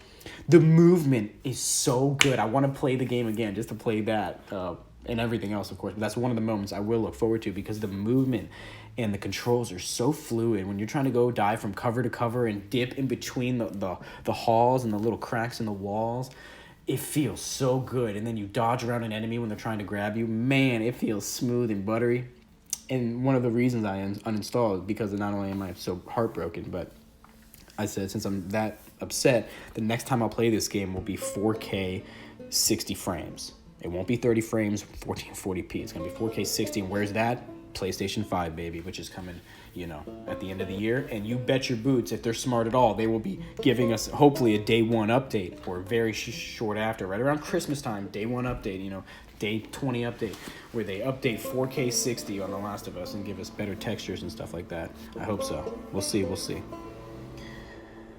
All right. So, I don't know if I talked about Abby's campaign too much. Probably did, but I'm just going to, you know, summarize real quick, because I have a few other things to say. Didn't like the character, didn't like the way she looked, the way she behaved. I didn't have sympathy towards her. I didn't have a connection with her, no prior connection. Her storyline that she followed didn't make much sense, and it seemed really forced. Like, they really wanted to show you how close she was to all these other characters that you killed and how terrible you were. Like I said earlier, guys, they really try to make Ellie look like the villain in this game and Abby look like the protagonist. By the way, they give you a flamethrower with Abby. Oh yeah, she gets a flamethrower, which is another amazing weapon, which Ellie doesn't get. Like look at all the things that they've done to try to just force you to sympathize and want to play as Abby and not Ellie. And it's heartbreaking, man, when you really start looking at all these things, when you put them all together. So then Abby eventually, she's about to die. She gets caught by this crazy, like, religious group. Nobody asked for this. Nobody cares about this stuff. And I don't know. They talk about, this religious group talks about her love, you know, her. They keep talking about her, and no, we don't know who she is or who they follow or what their purpose is or what they believe. We don't know anything. They don't give us any backstory unless I missed it. It must have been in notes or something, because I didn't see anything, you know. And I definitely wasn't reading the notes. I read them in the beginning a little bit, but at the very end, especially with Abby, no, I didn't read them at all. Halfway through with Abby, no. I just barely picked them up sometimes. I would leave some. I just didn't want it.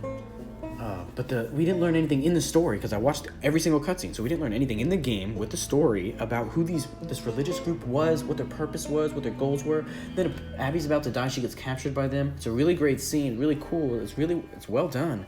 But then you meet these two characters, Yara and Lev.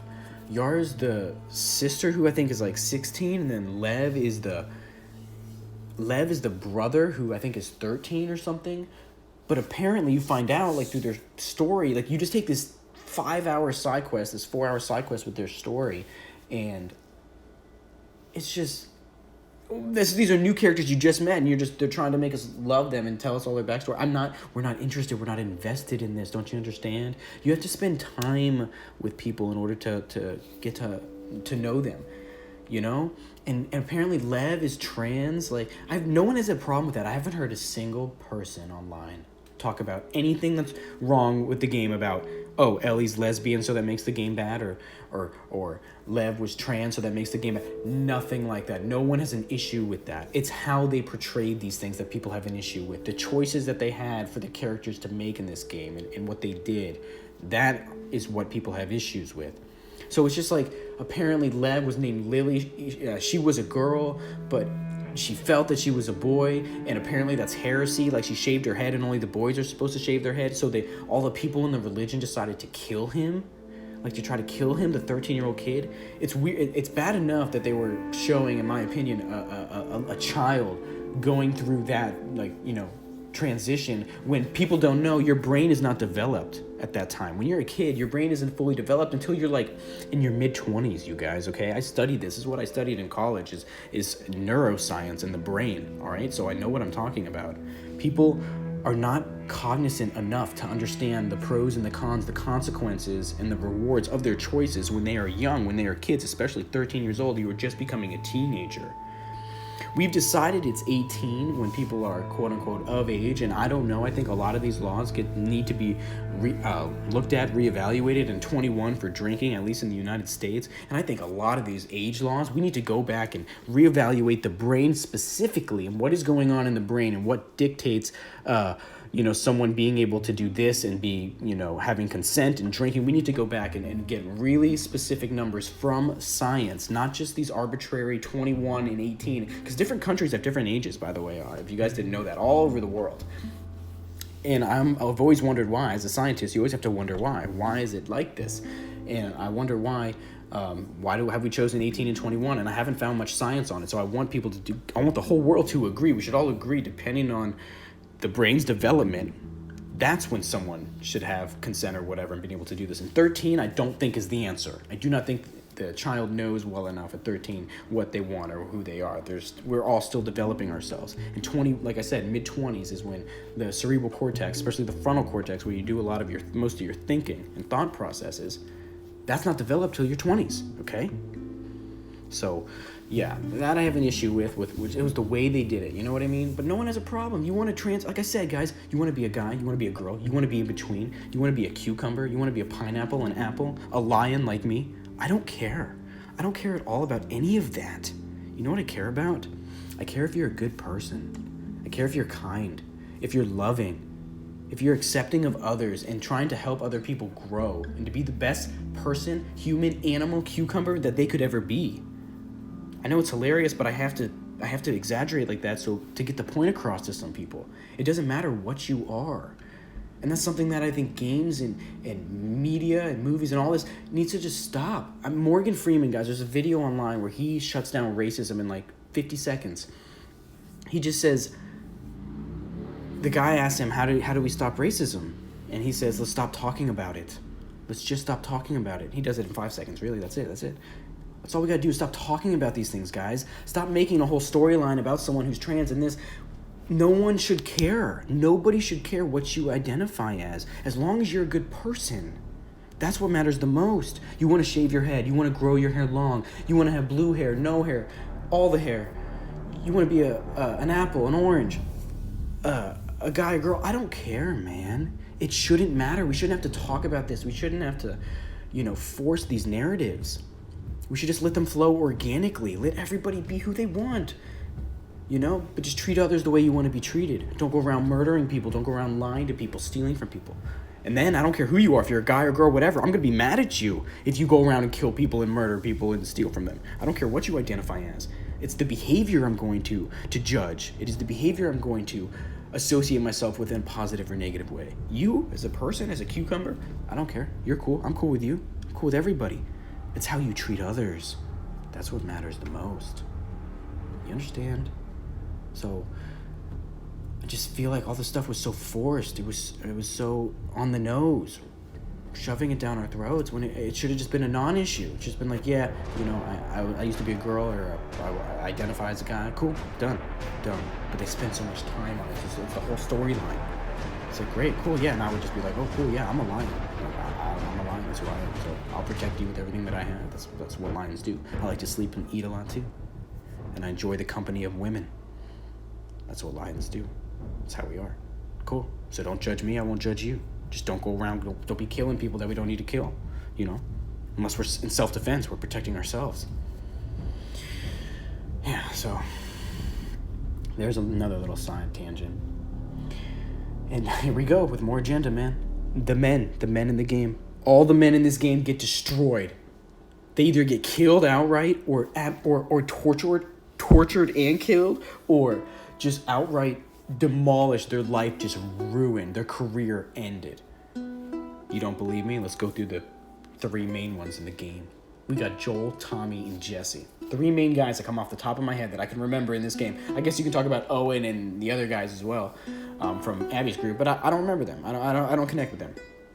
I connect with Joel, Tommy, and I did connect with Jesse. I did like Jesse's character. I wish he had more screen time. I wish if he died, that was okay, but he did the way. It's all about the way, the execution, the way he died was just horrible. So disrespectful. So let's see. Joel, main character of the story, most beloved character in the franchise at probably arguably 50% of the fan base, right? And the other half is Ellie, of course. And I love both probably equal. Joel and Ellie are like 2 peas in a pod, peanut butter and jelly to me. I love them both. So Joel, we have like the best character in the franchise, tortured, killed.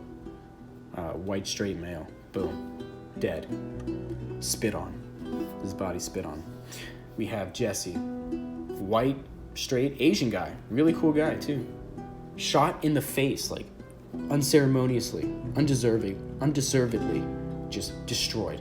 You know, he opens a door trying to help and protect Tommy, and just dies. And the only reason he was there was because he was protecting Dina and Ellie to begin with. So Jesse was awesome, man. You know, he came to save Dina and Ellie, and a little bit of Tommy, but mostly Dina and Ellie, right? And then when Tommy's there, he throws his life away for Tommy. So Jesse was awesome, man. He just dies, boom. And then he's never mentioned. He's literally never mentioned, I don't think, the entire game. Not in a side story, not in a dialogue.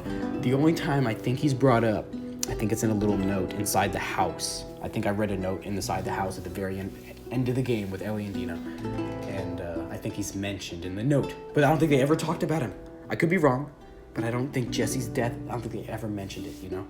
They did talk about Joel, because Joel's a driving force, right? And then Tommy miraculously survives, by the way. Abby shoots him in the head, like in the back of the head, and he survives somehow. I don't know, I thought he was dead. But he got destroyed. Not only like that, I think he lost his eye. He was crippled. I think Abby like shattered something in his leg or something. I think he's crippled. He can't walk right anymore. I think he lost an eye. And then the best part, guys,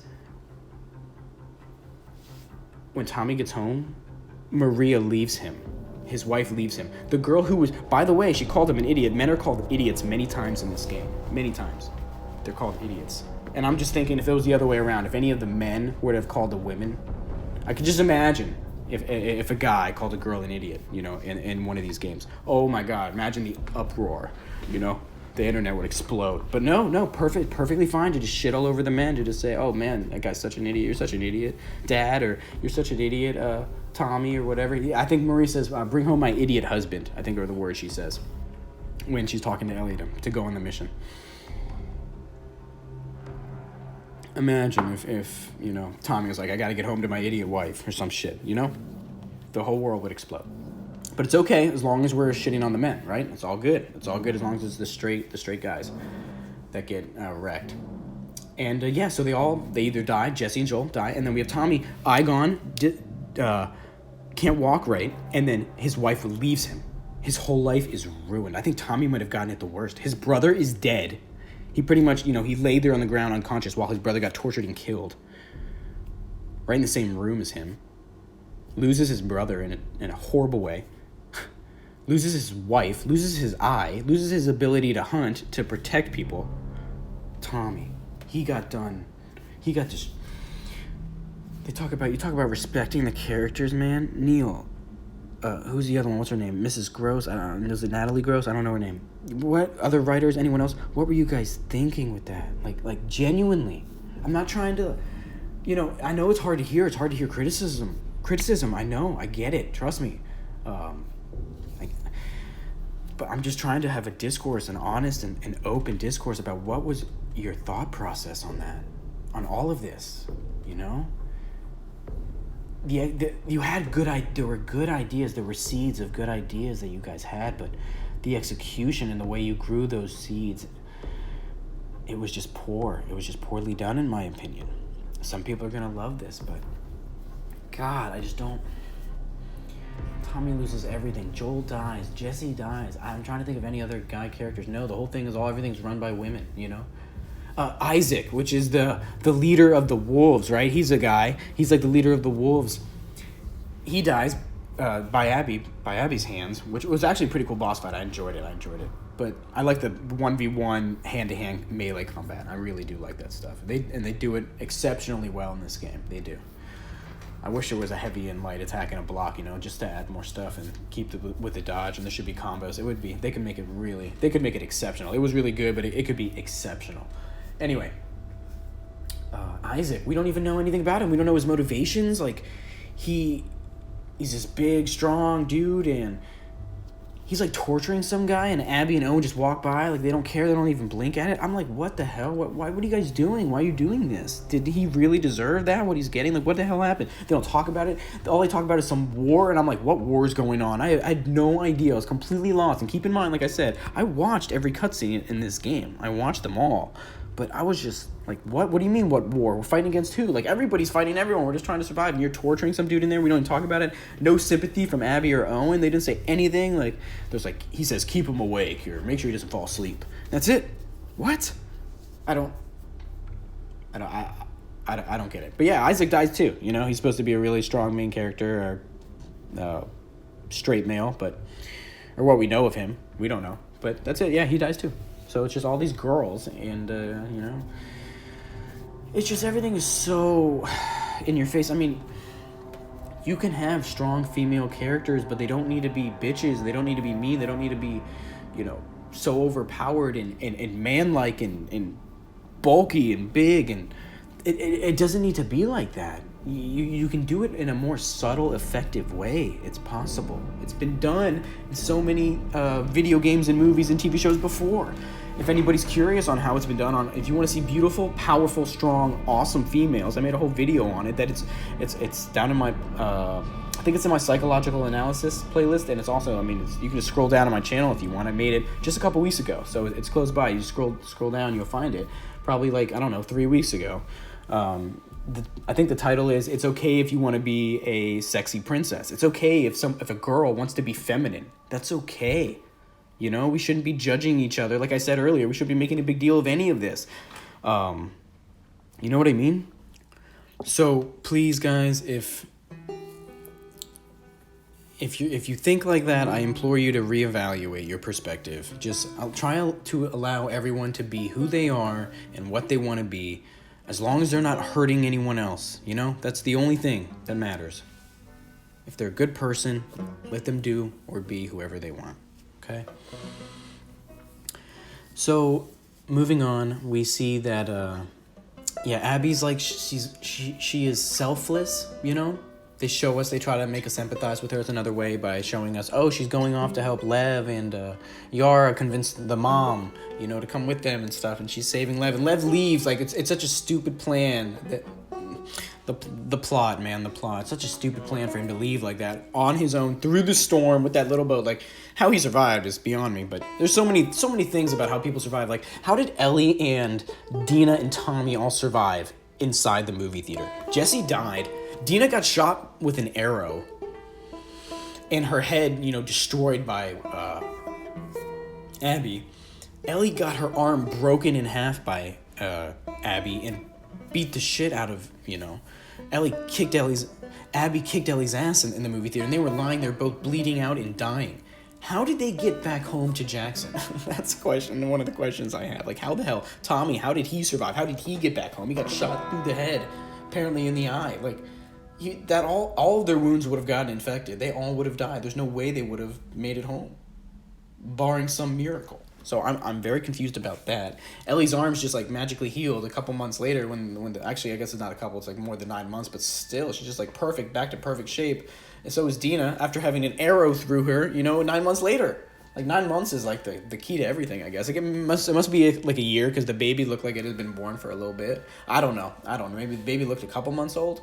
So maybe about a year later, like a year, everything heals in 1 year. All right, dude. Like you can have your arms shattered and your face destroyed and your whole body wrecked and an arrow through the chest. 1 year, you're back to 100%. I guess. I don't know. I don't know. But okay. So let's see. Oh yeah, and Abby, instead of using a knife or anything, no, they show you her strength and her power. When she fights anybody and kills, she uses her fists. She's just punching, and she strangles people and chokes them out with her bicep, her massive bicep, which, by the way, we will talk about in a second about how that's impossible. Her strength in the apocalypse.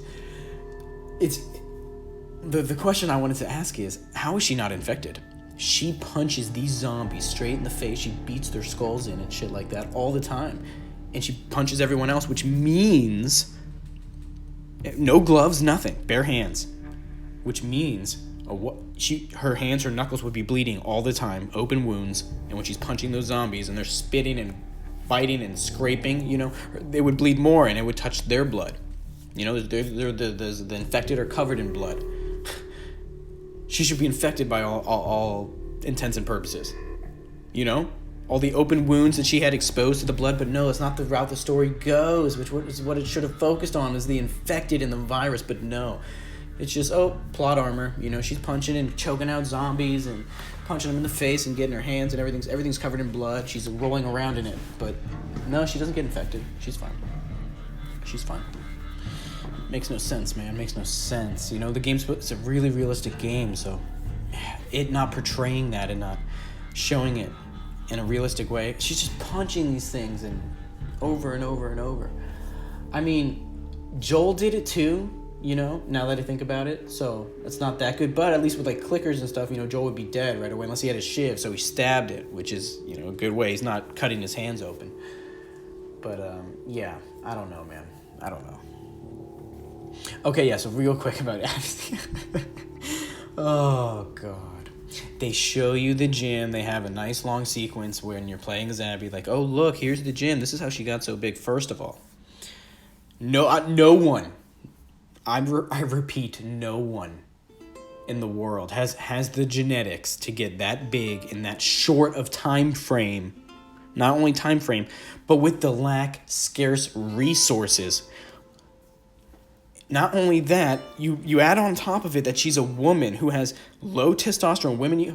Testosterone is how you build muscle. If you don't have testosterone, it's very difficult for you to build muscle. Not only that, as a woman, you have low testosterone. Women have estrogen, high estrogen, which is very good. It's a neuroprotectant. It protects your neurons. It protects your cells. It protects the body. And it actually is part of the reason why women live longer than men. Did you know that? Women actually live about 2 years longer than men on average. It's because of estrogen. Estrogen, it keeps the cells running at a smoother rate, where men's cells with testosterone, it's built to go, go, go. We burn ourselves out because we need to fight or flight. That's how evolution has been, right? We've always had to be on guard, ready to go, ready to expel a lot of energy in a short period of time, where women are very good at storing energy. That's what estrogen does as well. It stores fat, so they can store the fat and keep that energy so they can keep going like a nice, steady, choo-choo train, just going and going at a consistent rate, right? Where men, we just are like a rocket ship. We burn out, we go really fast, and then we're done. So we die a little earlier, and we can get muscle mass much quicker because we have testosterone, which burns fat and helps build muscle, right? Where estrogen inhibits a lot of muscle growth, and it helps conserve fat, which is great because, like I said, it helps keep you alive. It helps keep all the cells going and keeps that extra energy there for what? I don't know. How about childbearing, right? To give more energy and nutrients and food to the baby, because that's what fat is. It's a bunch of little bit nutrients and vitamins and balled up into fat, and then it helps feed the baby too, and it's also connected obviously with the the blood vessels, so it gets directly what you eat, right? So What else? So yeah, I was saying her muscles, there's no way she could be like that. There's no way she could be that big, because not only do women not get that big unless they're on steroids, and not even, let's say they did have steroids somehow back then. Let's just say, or in this scenario in The Last of Us, let's just say somehow they had steroids and Abby was using them. You still need to eat. You need to consume a lot of calories in order to make the muscles grow. Steroids are just testosterone, by the way, once again, for those who didn't know. It's just testosterone. That's it, you know? So it's just making you more like a man. But in order to grow the muscles like a man, guess what you need? Lots of food, which means Abby would be having to eat. Like, there was that line they showed you. They sold themselves out, man. Naughty Dog, you guys totally sold yourselves out in so many ways in this game. There's like that line in the cafeteria for all the food, and like people are so pissed that they go in front and they grab like 2 burritos, right? Or 3, like one for each of them. One for each of them. A burrito? Do you have any idea? Oh my God, it's gonna make me so mad, because once again, guys, I've done lots of lifting and physical exercise in my life. So not only do I know the research of it, I've done the physical application. I know how long it takes to build muscle. And it is not something that happens in 3 years. You do build muscle, okay? You do not go to that level.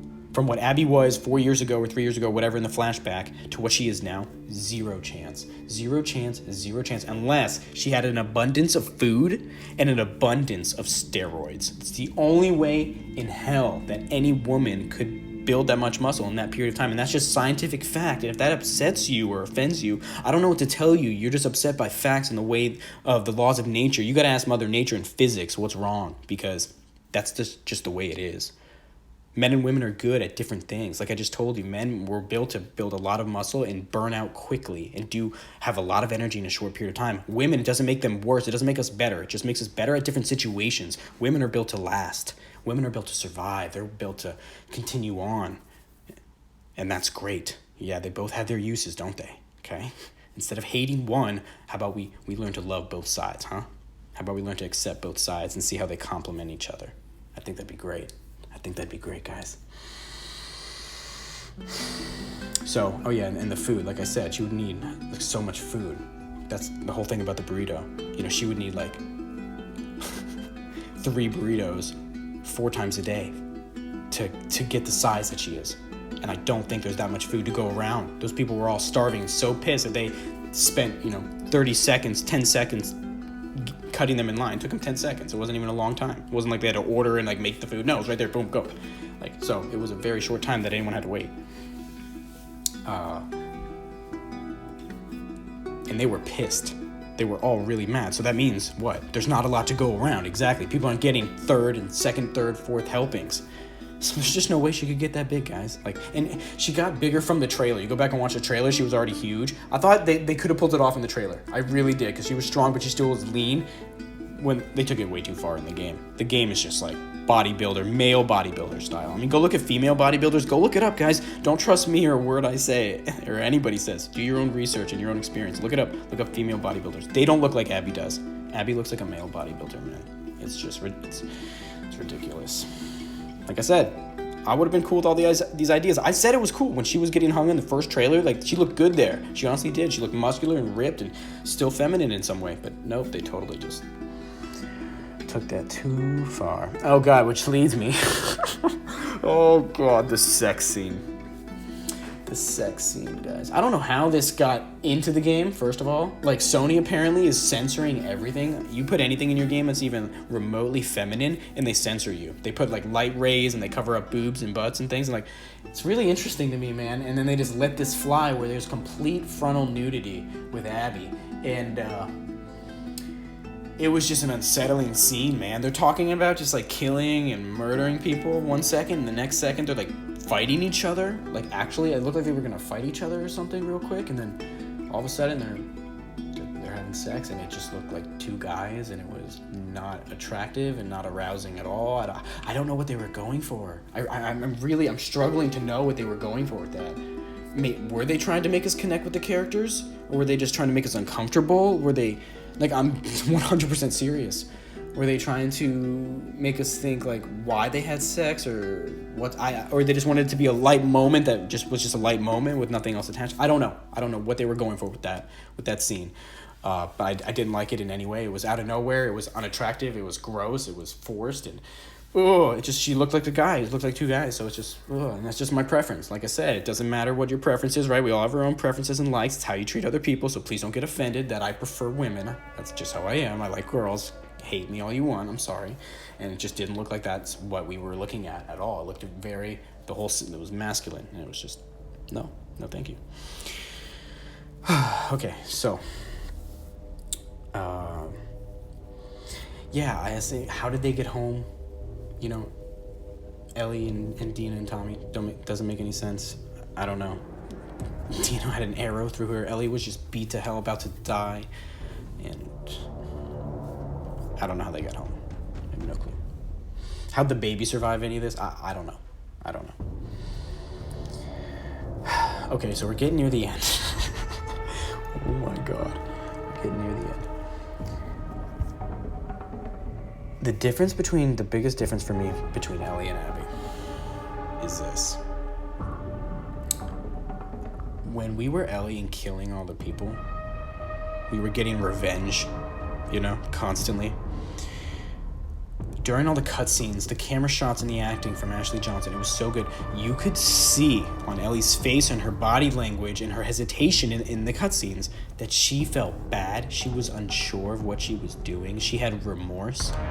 And the biggest example I can think of is when she kills the pregnant lady, Mel, and Owen. After she finds out she's pregnant, Ellie collapses to the floor, starts having a panic attack, starts hyperventilating like she's going to throw up. She's so disgusted with herself and she's crying because of what she's done. That is the loving girl that we've all known and cared for. She's still there. She hates what she's doing.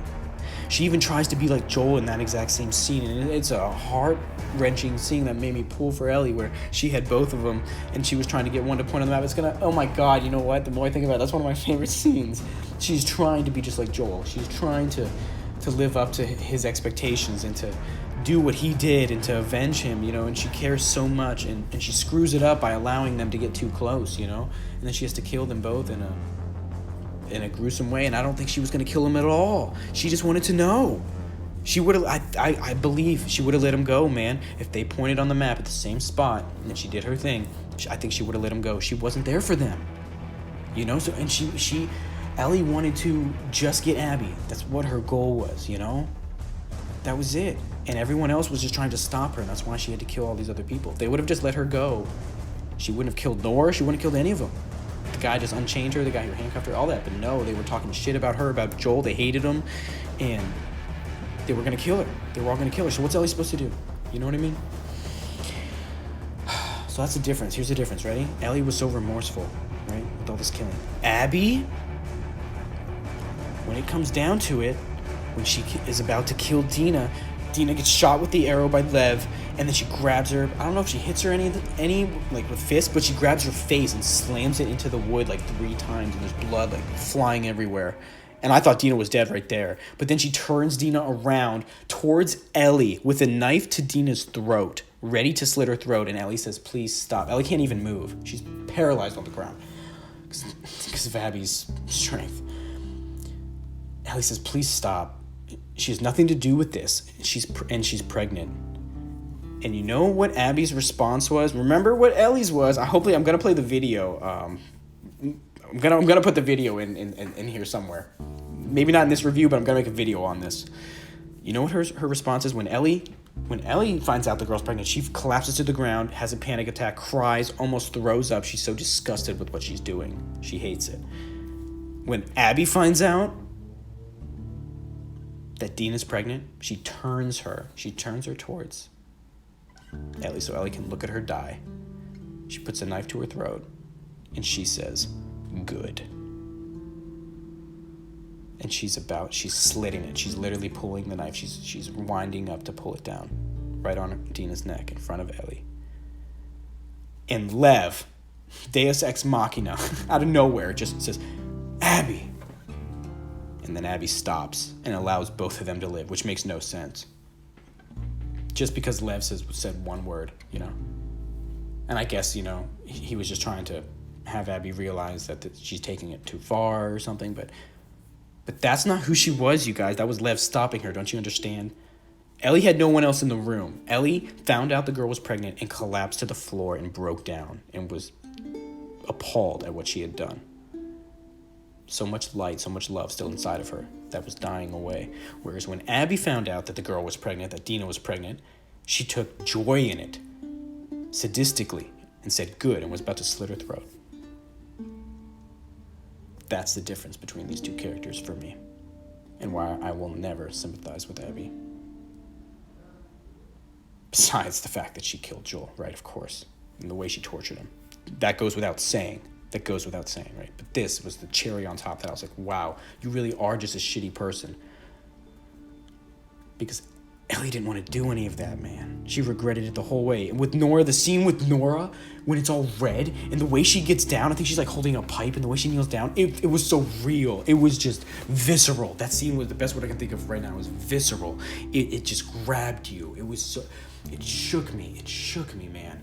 That scene with Nora, the graphics and the way it was shot and Ellie's acting, it was just so natural but so uncomfortable. Like you didn't know what was going to happen, and Ellie wasn't sure what she was going to do. It was just, masterclass of a scene. Loved it. On Ellie's side. Nora was just whatever. All those other characters were whatever, man, you know? And that's something we're about to get to. We're going to talk about the differences between the characters in this game to the last one. So let's go ahead and do that. You know, the thing is, not only are these characters unlikable just in themselves, in my opinion, but they become more unlikable because of how they talk about Joel, you know, and how they wanted to treat Joel. Like Mel, the pregnant woman, talks about how she wanted Joel to get worse. She just didn't want to be a part of it. She thought he deserved worse than what he got, you know? And then the other guy, I think, what's his name? I don't know, Manny, the Spanish guy, like he spits on Joel. He talks crap about Joel. Nora talks crap about Joel. You know, they all do. The other guy, I don't remember their names. You know, Danny, I don't remember the other one's names. I just don't remember. They were just so, like, forgettable. They were just, like, generic bad guys who were just mean about Joel and Ellie, so you just wanted them dead. I didn't feel connected. Owen is the only one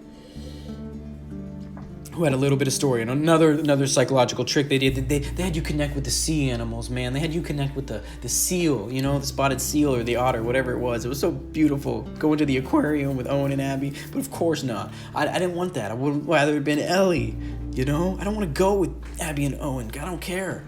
But yes, all those things combined, the way he set it up with the lights and everything, yeah, it made you care about him, right? A little bit.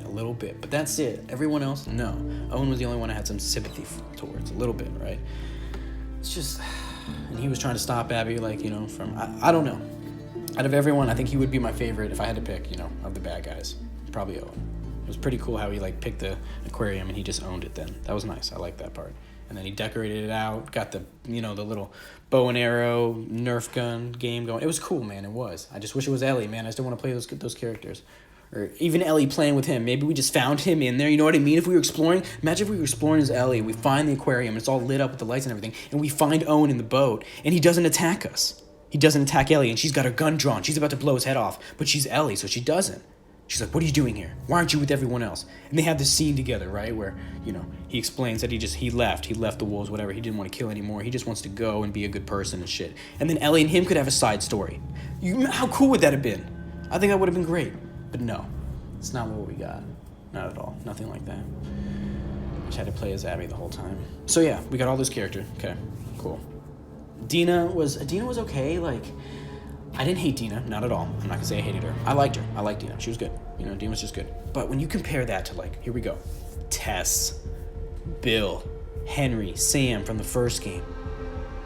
I mean, even Robert, you know, the guy they kill near the beginning. It's just, you got to spend real time with these characters, and if they felt so connected to each other in ways, you know, it was just, I don't know, man. Tess, the connection with Tess and how Joel, they were dating and then they stopped. You could feel their backstory. You could feel their past connections and you cared for that. Bill and Joel, like, you don't know what Joel did with Bill. You know, he said he owed him a favor, right, to get the car going and stuff. And we don't know. We never really know. We never find out what the heck that was, what Joel did to save him. Like, there's all this unsaid, beautiful, deep backstory between the characters in the first one. In this one, we don't really get that. Each character does have their own little backstory, but it's not so much connected with each other, you know? But in Last of Us 1, Henry and Sam, like the two brothers, right? They're connected and they I don't know, man. I just think the first game's characters landed so much better. Like I said, Owen would be the only one I really cared for. Of course, I like Tina as well. Tommy, Maria, they all played well. Ellie was obviously my favorite in the game. Then probably Joel would be second. I really like Joel, of course, too. I just wish he was more badass. I think they took the badass out of him, which is another sad thing. It's okay that he was soft most of the time, but they could have given him a couple more badass moments. He did do a couple cool things. Like my favorite badass thing he did was when he stepped on the clicker. It was like, Ellie, boom, and he just like steps on it and shoots its head on the ground real quick without moving. That was tight. I was like, there's my Joel. There he is, just for a second. That was the best thing. So yeah, okay. Those are like you said, you know, you wouldn't make a second one unless there was a good story to tell, and I both agree and disagree, right? I feel both sides. I think there was a story to tell. I just do not think this was it. Or even if this was it, I don't think this was the way it should have been told. That's just my personal opinion. All right, and another side note, I don't know if I mentioned it, Ellie's look at the end, like I didn't like the way they made the character look. Her behaviors I was okay with pretty much at the end, near the epilogue, right, where she was at the home and then at the beach. I didn't like the way they did her hair, her look. She looked too lanky, like way too skinny, and her arms like looked too long. I don't know, something wrong with the proportions. I don't know what they did with her, but I liked her much better, not only in the first one, of course, but throughout the second one. Like when I was playing with her, I liked that Ellie that we got, right, at the beginning of the game and all the way to the halfway point. But the Ellie we got at the end, as far as look, her behavior was fine. Like I said, I enjoyed her behavior pretty much the entire game. The only thing that really kind of threw me off was when she didn't go for Tommy, and she said to, you know, Jesse, if you leave now, I'm not going to save your ass again. Like, I didn't like that decision she made. Other than that, I was pretty behind her, man, the entire time, except at the very end, the last thing that she makes. But other than those two things, I was with Ellie, and I really liked her. I liked the way she looked and the way she moved, everything. But at the very end, I don't know what it was. You know, her hair, her proportions, something was off. It just looked really weird and like lanky and odd and disproportional. I didn't care for it. But, okay, so I keep saying we're getting near the end, and we are compared to where we've been. All right, maybe like, I don't know, 30 more minutes, some shit. So like Neil,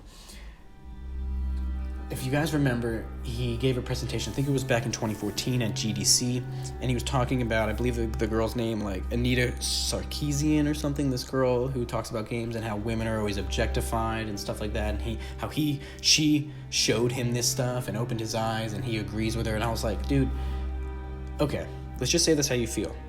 Fine. Go for it. Go for it. Just be prepared. If you're gonna put that kind of stuff so intensely and in our face, there's gonna be fans that push back against it. You know, I think I implore you to look on the other side of the coin, the one that I look from, where I say, I think it's okay for women to be both powerful and beautiful and sexy and feminine. What's wrong with those types of characters, right? Zelda, Sailor Moon, Cortana, like some of the characters you put on the screen there, right? On that show, he showed a bunch of characters on the screen and said, you know, he didn't like what he was seeing and stuff. And I'm like, man, not only do they look beautiful and attractive, which I don't see how you could deny that. Are they not beautiful? All of these girls, right, in these video games, but they're also powerful. They're so badass. I mean, have you not heard of The Legend of Zelda? Like, have you not seen what that girl can do? You know? Have you not seen BioShock Infinite, the game that came out is the same as Last of Us, right around like 2 months before in March 2013? Have you not seen Elizabeth? She's a Disney fairy tale princess, but you know what she also can do? She's beautiful and sexy, but you know what? She can transform space and time. She can rip through multiple dimensions and pull objects out and interact with multiple realities at once. She's so powerful. So why can't women be both? That's my question to you, man. Like, if you want to do this, that's your prerogative. Like I said, go for it 100%. But why are you going to get upset and mad? Anybody, this goes to anyone who feels this way. Why would you guys get upset and mad about people who are just trying to express their femininity and strength as well? Or someone who wants to express his masculinity and his strength as well. You know, strong guys like Master Chief or Marcus Phoenix, right?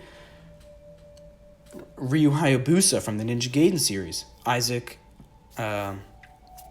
oh, what's his name? Oh my God, is it Isaac Clarke from Dead Space? You know, like let these people who are masculine and guys and let them express themselves and who they are and what they believe. Just like you should allow women to become feminine and beautiful and sexy and powerful if they choose to be, or anything in between. You know, let everybody do what they want. It shouldn't be a big deal either way. You see what I'm saying? Like, you're trying to include diversity and stuff, but your actions go against your words. They're not matching up. You're actively going against other things that should be included. Let the feminine girls come in too. You know, why do all the women in this game, most of them, in my opinion, why do they look like guys? You know, they're not feminine in any way. It doesn't make sense. But if that's the story you were trying to tell, then that's your prerogative. But I'm saying, from a logical perspective, a scientific perspective, that's what it should be, right? That's how women look. That's just how biology dictates them. Most of the time, right? Of course, you have anomalies, you have outliers in every scenario. But I don't know. Just allow people, if they want to be feminine, go for it. If they want to be masculine, go for it. You want to be something in between, go for it. You want, like I said, you want to be a cucumber, go for it. You want to be an apple, an orange, go for it. Doesn't matter. As long as you're nice and you're a kind person with a good heart. Shouldn't that matter most, Neil? Shouldn't that be the best thing? No matter if they're beautiful, if they're ugly, if they're a guy or girl or someone, who cares?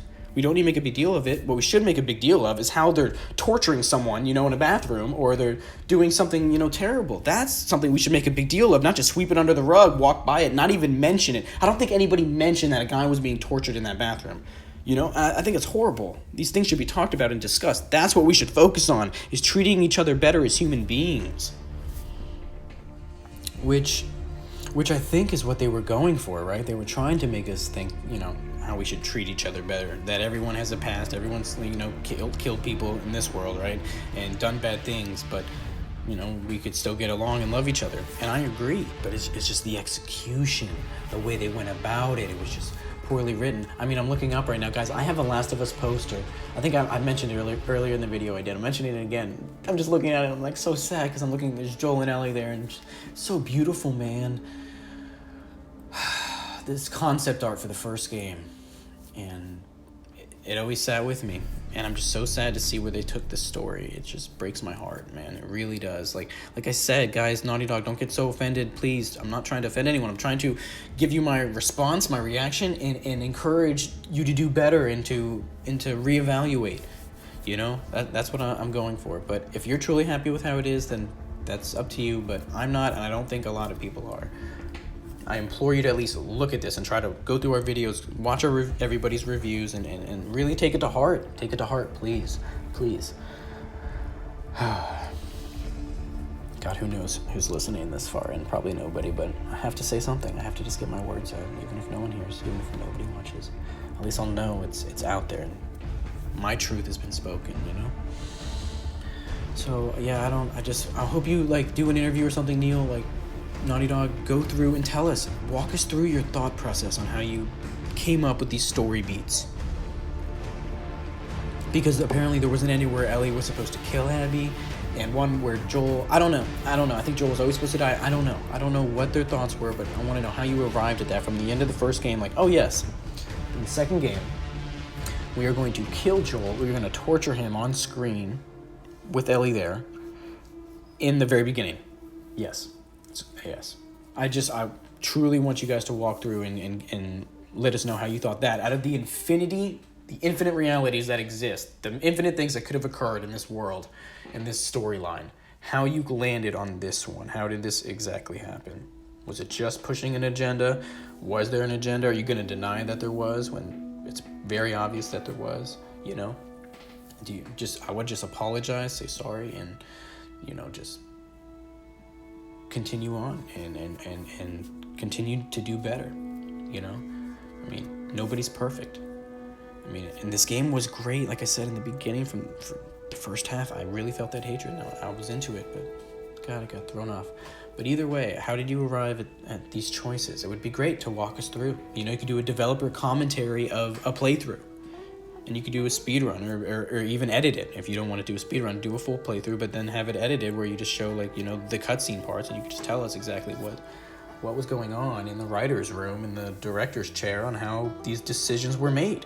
Because the fans would love to know. We're very curious. We all are. We want to know the truth. Tell us about different storylines that could have happened. And hopefully here at the very end, I'm going to give a whole thing on what I would like to happen and how we could maybe sweep all this whole thing under the rug. There's a way to make this okay. There's a way to make this better. I truly believe it. Where there's a will, there's a way. And I have a will. That's at least me. At least I'm one person, and that means there's a way. But I'm pretty sure a bunch of people have the same will. Okay, so yeah, we're getting into it right at the end. Oh, right. Okay, so I haven't actually finished the story. So Abby leaves Ellie, goes away. Ellie goes home with Dina, is there, and Ellie can't sleep and stuff. And, you know, they have this perfect life on this farm, and it's beautiful, man. It's so damn beautiful. And Ellie's herding sheep into the barn, and it's great. But Ellie can't sleep, and she's having, like, you know, PTSD, and she keeps thinking about Joel and how Abby's still alive out there.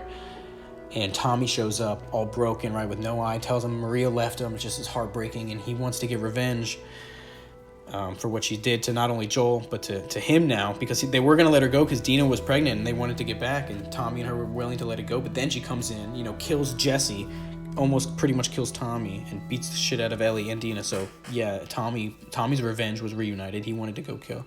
But he couldn't because he's, like, you know, physically disabled, right? He can't do anything. And he wanted Ellie to go, and Ellie and Dina both turn him down. Dina hard turns him down, and Ellie, you know, thinks about it and then turns him down. And then eventually, Ellie ends up going. You know, she leaves. And I was actually okay with that. You know, I actually was, because that's the whole point. I wanted Abby to be killed from the very beginning. That was the whole point of the game for me, was to have her, you know, get that one person. And I didn't care if anyone else really died. I wanted them all to die, yes, but Abby was the number one, as far as the 8 people, you know, who killed Joel. So Ellie goes to California, by the way. I think it's Santa Barbara, like really far away. Another, you know, hundreds of miles trip to get there.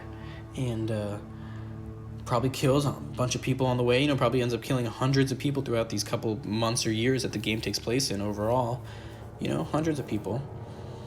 Finds Abby eventually. Has a badass fight, man. They have a badass fight. Like, first she's gonna let her go, and then she thinks about Joel, and then they start fighting, and it's an amazing fight. I enjoyed it. I loved it. It was great. It was great. It could have been extraordinary if they, you know, had more controls and more things like that. But what we got was absolutely great. I loved it. I really did. For what it was, for sure. But right at the very end, first of all, Ellie gets her fingers bitten off, which I was like, no, it's like Frodo all over again with Gollum. And she's drowning her. Ellie is drowning Abby, and we have the upper hand finally. You know, we had a couple times in the fight we had the upper hand, and Abby just kept going. She got cut up all the time. She got stabbed like in the arm and the chest. I don't know how Abby was going through. This is so fake. It's so fake. Any normal person would have been dead. Like, Ellie was kicking her ass with the knife because she had the knife, and that's the advantage, right? And Abby was really desecrated, by the way. Abby was really skinny at the time because she had been captured by these guys. Who I wonder, by the way, I wonder if those were the people who were on the radio, like, pretending to be Fireflies, and they set up a trap to kill her. I don't know if that was them or Fireflies were still out there. I don't know. But anyway, Ellie's about to kill her, drowning her underwater, and she stops. She just stops and lets her go. She's like, you know what? Just take Lev and leave. Just go. That's it. That's the ending, really. And then she comes home. She has no fingers. Dina leaves her. Oh, yeah. That's the thing that pissed me off with the writing, once again, with Dina. Why? Why would you do that? Like, Dina should have stayed there. Gina had everything. I mean, she could have had someone come and live with her, you know, to take care of her with the baby for a little bit. She had this beautiful farm life. It was safe. It was fenced in. It was beautiful scenery. A whole house to herself, clean. It looked gorgeous. And she just leaves and abandons all that. And I'm assuming she goes back to Jackson. I'm assuming she goes back there because that's the only place she could really go, right? She has the baby to take care of, so she's vulnerable. She needs to go back somewhere safe, so she goes to Jackson, I'm assuming.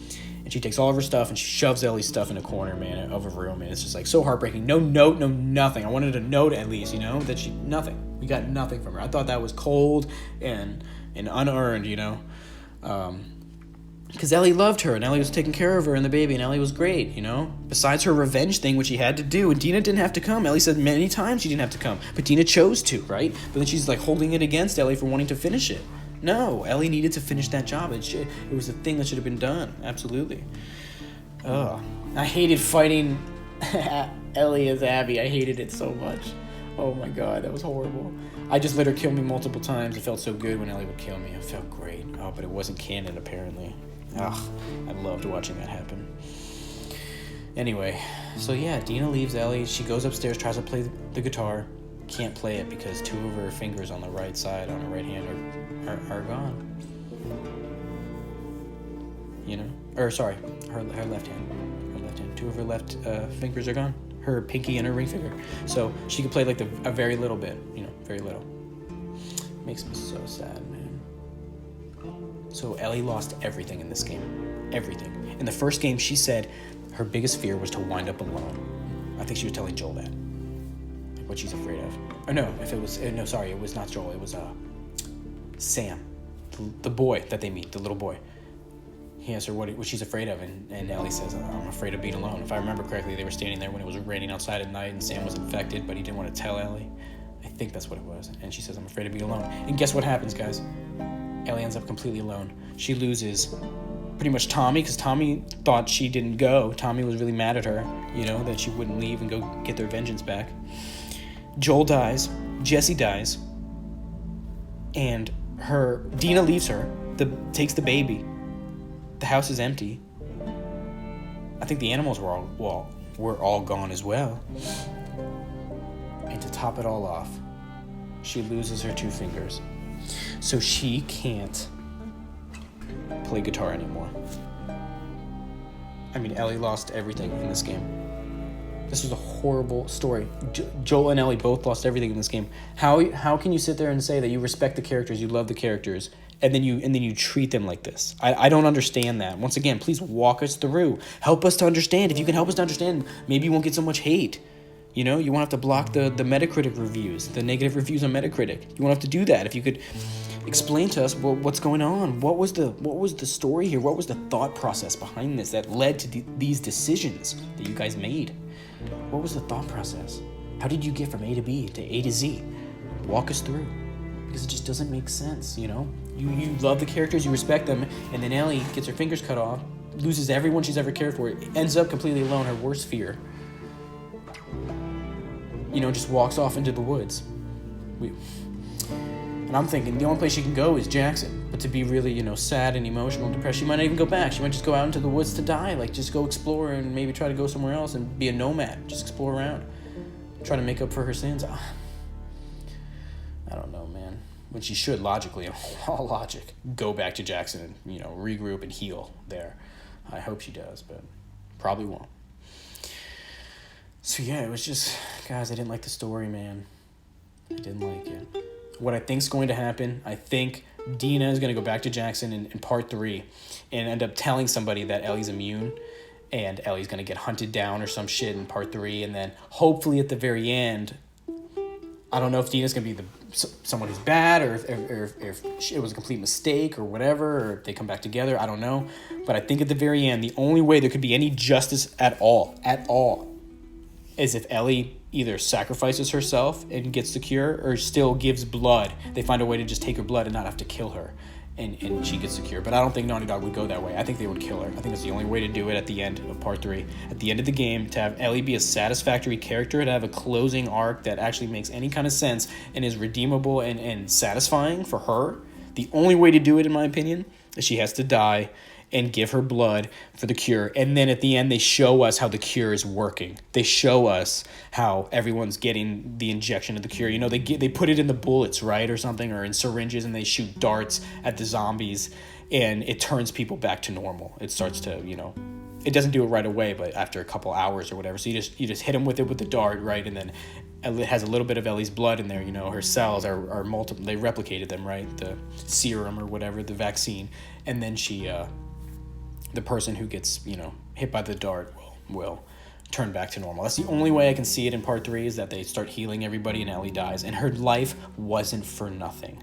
You see what I'm saying? Then her life wasn't for nothing. That's the only way I can see this going. And to give her a good conclusion. Otherwise, she could just die. She could just survive, and that's it. Like, it doesn't mean anything. You're not bringing Joel back. You're not bringing Jesse back. You're not bringing all those people that you killed back, like it would all mean nothing if something dramatic like that doesn't happen. If she doesn't end up curing everybody in part 3 and the world starts to heal, we start to see a flash forward where the world is coming together. I can see it in my mind, right? The streets being built, the cities being constructed, all the buildings, everything, cars on the street, people outside. I can just see it, just a flash forward at the end, and like beautiful music playing, and we can just see whatever characters are alive, maybe Tommy and Maria, I don't know who, because they broke up, like whoever. God, if Abby's, oh my God, Abby, I'm scared that Abby's gonna be the protagonist in the next game. I'm so scared of that. Or they're gonna team up and they're gonna be partners. I'm so scared of some bullshit like that will happen with Abby and Ellie. I just wanted Abby to die. I don't want to see her in the third. I just want her to go away. I just don't want her to be in it at all. If they want to show her at the very end of the third, when she's living her happy life, when life is back to normal, when Ellie's serum is good, show her just somewhere that, okay, cool, Abby's living, great, for those people that care. Otherwise, I don't want to see Abby at all in the third. No desire, zero.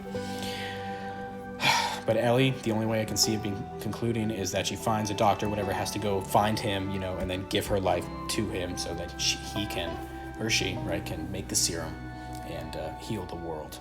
It's the only thing I can think, right? Maybe Abby, God, it's probably Abby's gonna find the Fireflies. They're gonna find a doctor, right? Abby's gonna contact Ellie, say, Ellie, come on, I gotta take you back. Sacrifice yourself for the cure, and then we're gonna love Abby, right? I could totally see that storyline happening, especially if Fireflies are alive in Santa Barbara, wherever the hell they are, and Ellie, and they want to give Ellie a good story at the end. I think they would do that, right? Abby finds them, says, oh my God, you guys have a cure? Like, if you had a girl, you could do it. You have all the machines. They would need a lot of resources, right, to replicate the serum and to, mass distribute it. It would take a lot of work, right? So maybe the Fireflies there can do it. And then Abby would come back, hunt Ellie down, but not to kill her, to find her and bring her back and Ellie would be down, right? Ellie would be like, okay, then my life won't be for nothing. And it's going to suck that she's probably going to die at the end there. But it would be cool maybe if they found a way not to kill her, but I really feel like they would. And I don't know which one I would like more. I think her dying, because otherwise keeping her alive, it doesn't matter. Like, there's nothing that could happen that would, like, make Ellie happy now. She's lost everybody, I mean, maybe if Maria and Tommy got back together, she could live with them and hang out, but it still wouldn't be the same, But at least Joel is still, like, in Tommy, the same genes, they're brothers, right? It's still parts of him, but I don't know, man. So that's what I think's going to happen or whatever, and kind of would want in that scenario. But this is the way I would have done it, okay? The way to fix this, in my opinion. There's many ways to do it, right? There's a million ways you could do this to fix this. But an easy way and a great way, you have two main easy way and great ways. One, you just completely say it's not canon or whatever and just make another one and just, redo it again. I don't know if that's ever been done before, but that's one way to go about it. Another way could be to call it, to have something maybe at the end, or just have another game, but just have it where Ellie it was a dream. Like this whole fucking thing was like a nightmare where Ellie just kind of wakes up and it's like, oh my God, Joel. It's like Joel's alive, right? Like, I'm so sorry that this happened. I had this crazy nightmare. Like, it was crazy. There was this girl named Abby and she killed you, she tortured you, and I hunted her all down. Like, just have it be a nightmare. And then everyone's alive, and then you could redo a story again. Like I said, there's a million ways you can do it. I'm just floating these two ideas. I know they're ridiculous. Trust me. It's just, we want anything else, okay? The fans are desperate for anything else, all right? You gotta understand. But as far as what it could be, the story, I don't think it's very ridiculous what I would like to happen. As far as part 2, I wouldn't mind it going in any direction. Like, assuming Ellie and Joel are there after part 1, I wouldn't mind what they did with him lying and telling the truth eventually, and them getting mad at each other, or her getting mad at him. All that's fine. I'm cool with all of it, and I thought it was pretty well done as well. But when it comes to the actual story and moving forward on what would happen in the game, I think anything. It could have been fun. I think maybe looking for a cure would have been perfectly passable. Everybody would have been totally fine with that. I would have loved it. We would have loved it. Joel and Ellie go out on an adventure because they get a lead on a cure, and Ellie still wants to do it, and Joel obviously would want to help too, but he would be cautious at the same time, but he would go with Ellie because he loves her, and he wouldn't also, he would want to make it up to her, right? Especially if she knew by that point. So yeah, he would go with her. She'd be like, Joel, I have to do this, right? And he would go, be like, okay, I get it. And then he would hope, obviously, that there'd be a way that she doesn't have to die, right? Maybe, because he would be like, maybe there's a way we can talk to the doctors to figure it out. Of course, that storyline would also be included in this, right? They would have all that. And then when they would get there, obviously, At the very end of 2, I don't know what would happen as far as with the cure. I think something would have to happen where they get there, and it is possible that Ellie would either have to die or not die. Like, one of those scenarios would occur, but there would be a cure. I think that could happen. And if you wanted to include Abby in that way, that'd be fine too. But I think what would have been better is, instead of... If you wanted to kill Joel, by the way, is how you should have done it. You should have done it at the end of the game. After we got to spend some more time with him, make some more memories with him, and build our rapport and our relationship with the other characters before they become complete assholes.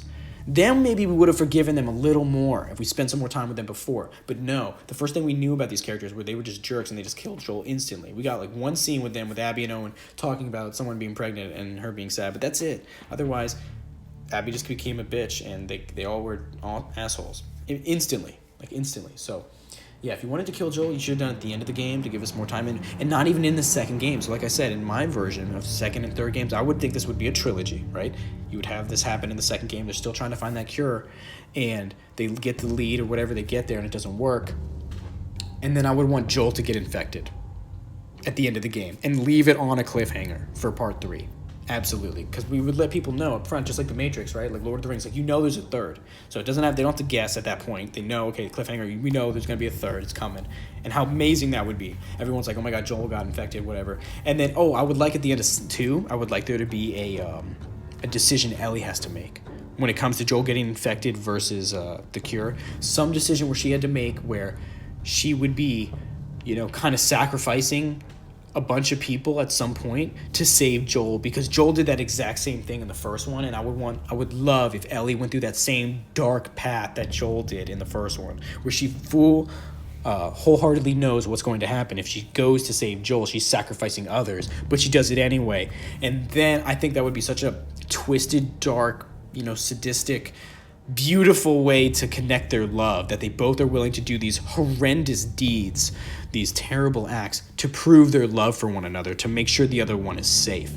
I think that would have been so heart-wrenching for us, the fans, for everyone around. I think it would be a great storyline to follow. And then moving into 3, so Joel got infected at the end of 2 somehow, right? After Ellie made a terrible decision. And then 3 would be all about not only finding the cure, but being able to cure Joel. That becomes her, selfish desire, right? And I think they could do it, guys. Imagine part 3 on the PlayStation 5. Imagine the gameplay, the story things they could do. Now, Joel, you would think, just because the lore in the game states that you would become infected and turn into a zombie 2 or 3 days later, right away, 1 or 2 or 3 days later. But Joel has been around Ellie for how many years, guys? And Ellie is completely immune. So there could be an easy story beat that we could fall back on to counter this and say, Joel has some antibodies. Joel has built up a resistance, not an immunity to infection, but a resistance. You see what I'm saying? So it spreads slower for him. So the game could take place over months of them, going from Cali to Virginia, or Virginia to Cali, or Maine to Florida, somewhere, some crazy, wherever, Jackson to, Texas, something where they have to go. And Joel, throughout the journey, guys, imagine he's slowly turning. Turning into one of the infected as you play the game. And then imagine playing as Joel when he's doing that, when he's slowly becoming infected. He could have weird, different movement, different behaviors, different fighting, different skills. Just imagine. Of course, you couldn't take it too far because we have to keep it grounded, but just imagine Joel slowly turning and just having episodes where he just kind of loses his mind and swipes at Ellie real quick or something, and Ellie's trying to calm him down, the Hulk type deal, right? Fighting for his humanity, and Ellie is just so desperate to cure him at the end of the 3rd. Imagine that, man. And then at the end, if they wanted to kill Ellie, I could see that. But in my story, if I was the director, I wouldn't, dude. I would have them maybe lose an arm, a leg, or something terrible where you think they're gonna die and something like that. But then I would save him. I would let Ellie somehow give her blood so that the vaccine can be made and Joel can be cured, and they get to go home. And just, they show, like I said, they show the cities and everything being built, but I would love Joel and Ellie to get their happy ending, man. Because they have lost everyone else, guys. They deserve it. I know that people want dark and grim, and I do too, but you gotta understand, dark and grim only works when there's some light. You need some light and some happiness as well to counter that. Otherwise, it's just, it's hollow. It rings hollow. It doesn't...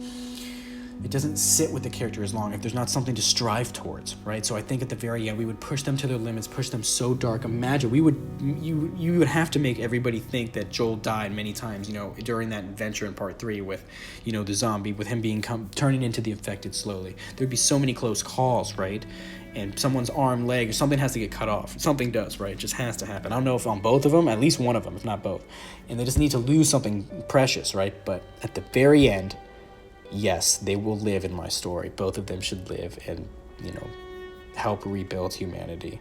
Give them their happy ending because they have lost so much. Guys, I don't think they deserve any more torture. They don't deserve any more pain. That is my opinion, man. That is the energy that I get from these characters and what this world wanted. When you look at art, like I said, we go into art with our own perceptions and our own wants and desires. And that's one way to look at it. But another way that I implore everybody, I encourage you to try, is to look at it from the artist's perspective. Look at it from the person that made it. And also look at it from the art itself. Look at what it says and what it speaks to you. What does the story and the music and everything tell you? And if you are creating something, have a feedback loop with your art. What is the drawing, the music, the writing, the book, the TV show, whatever you're making the movie? As you're watching it, as you're editing it, as you're looking at it, what is it speaking to you? Where is it telling you the story wants to go? The characters, where do they want to go? What do they deserve? What do they not deserve? And go with that flow and try to understand that flow, everybody else who's watching this art or experiencing this art, whatever media or medium it might be. Try to just go with them on that adventure and see where the story wants to take you. And to me, The Last of Us world, The Last of Us environment deserves a third game with Joel and Ellie. And at the very end, if Joel gets infected, getting cured and them saving the day and the world slowly to come back. After so much heartache and pain that these characters have gone through, Joel losing his family, Tess losing everyone he cares for, and Ellie losing everyone she cares for. After all of this, let them go through even more hardships where they almost turn, where they get infected, where Joel gets infected. Let them go through more. But then at the very end of it all, bring them back to the light. I give this story a 4 out of 10. So when you add up all 4 of my scores, graphics 9, sound 7.5, gameplay 7.5, story 4, 28 divided by 4. I give The Last of Us 2 as a game, it's a 7 out of 10 for me. 7 out of 10. It's a good game, but it's honestly the most disappointing game I've ever played. And the real score it deserves, in my opinion, is actually a 6 out of 10 because of what Sony and Naughty Dog have been doing to the fans outside of the game. They have been, I don't know if you guys know about this, they have been illegally going after fans and striking their YouTube channels and Twitch and Twitter accounts so that they are getting banned on these platforms because they were talking about the game before it came out. And they were silencing everybody. They were turning off their thumbs up and thumbs down on all their social media. They turned off all their comments so no one could talk about the game. They started to treat the fans like absolute crap. So to me, the game deserves at least 1 point taken off to 6 for that, because that's just unacceptable behavior by both Sony and Naughty Dog to be doing that to fans. And then to take it further, after the game came out, Metacritic has been getting bombed. People have been destroying the game, giving it 0s, but other people have been on the other side of that army, right? On the other side of the war, giving it 10 out of 10s. So it's been counteracting, and the game was hovering around a 3.5 to a 4. But guess what, guys? I guarantee you Sony or Naughty Dog, hired Metacritic. They gave them money. They paid them they have been blocking negative reviews now. You cannot negatively review the game. You cannot leave a negative review for The Last of Us Part 2. It will give you an error code on your screen on your computer. Try yourself if you don't believe me. You cannot leave a negative review on Metacritic for the game, but you can leave a positive one. So they're trying to spin the narrative to make it seem like it's a really great game, and that's pissing me off. And I think it's hovering around a 5.0. I think it's like a 4.7 or 4.8. I think it's getting close to 5. I think it'll top out around a 5.1. That's my prediction for where this game is going to top out for the Metacritic. But to me, the game it deserves a 6 out of 10 because of what the company's been doing, both companies. But as a whole, if there were no leaks, there was no bullshit, you just got to go play the game yourself, I think objectively it's a good game. It's about a 7, but I would even argue sometimes, depending on how you look at it, it is a 6, So, all right, guys, that's really it for me. I'm sorry the video was so long. I expected it to be about an hour to an hour and a half, but That is not at all what happened. What happened is we have the longest, most in-depth video I've ever done, and hopefully I can kind of edit it to put some good stuff in, but I'm not going to go through and edit it to the degree that I would want to because I don't have time to. I wish I could, but I'm not. Hopefully you can get the gist. I put the music in. Hopefully you can hear that and look at the beautiful pictures. So to sum it all up, I liked the first half, even though they killed Joel in the beginning. I didn't like that part at all, but since they went that route, I was trying to understand their perspective, and given their perspective, I did enjoy the first half, getting our revenge on everything, playing as Ellie, and it completely fell apart in the second half. And I overall didn't like the story as far as how they killed Joel in the beginning like that. No, I don't think it should have been like that. It should have been at the very end, if at all, or at the end of part 3, if at all. I think he should have lived, but that's just my opinion.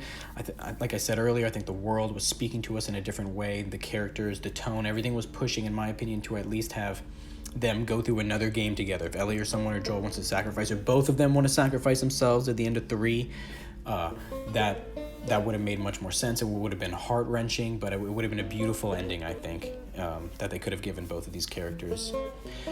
Yeah. And that's why I titled this video what I did.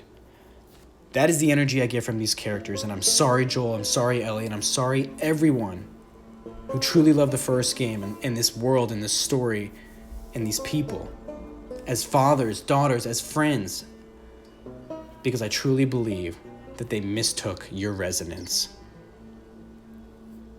Take care, everybody. To infinity and beyond.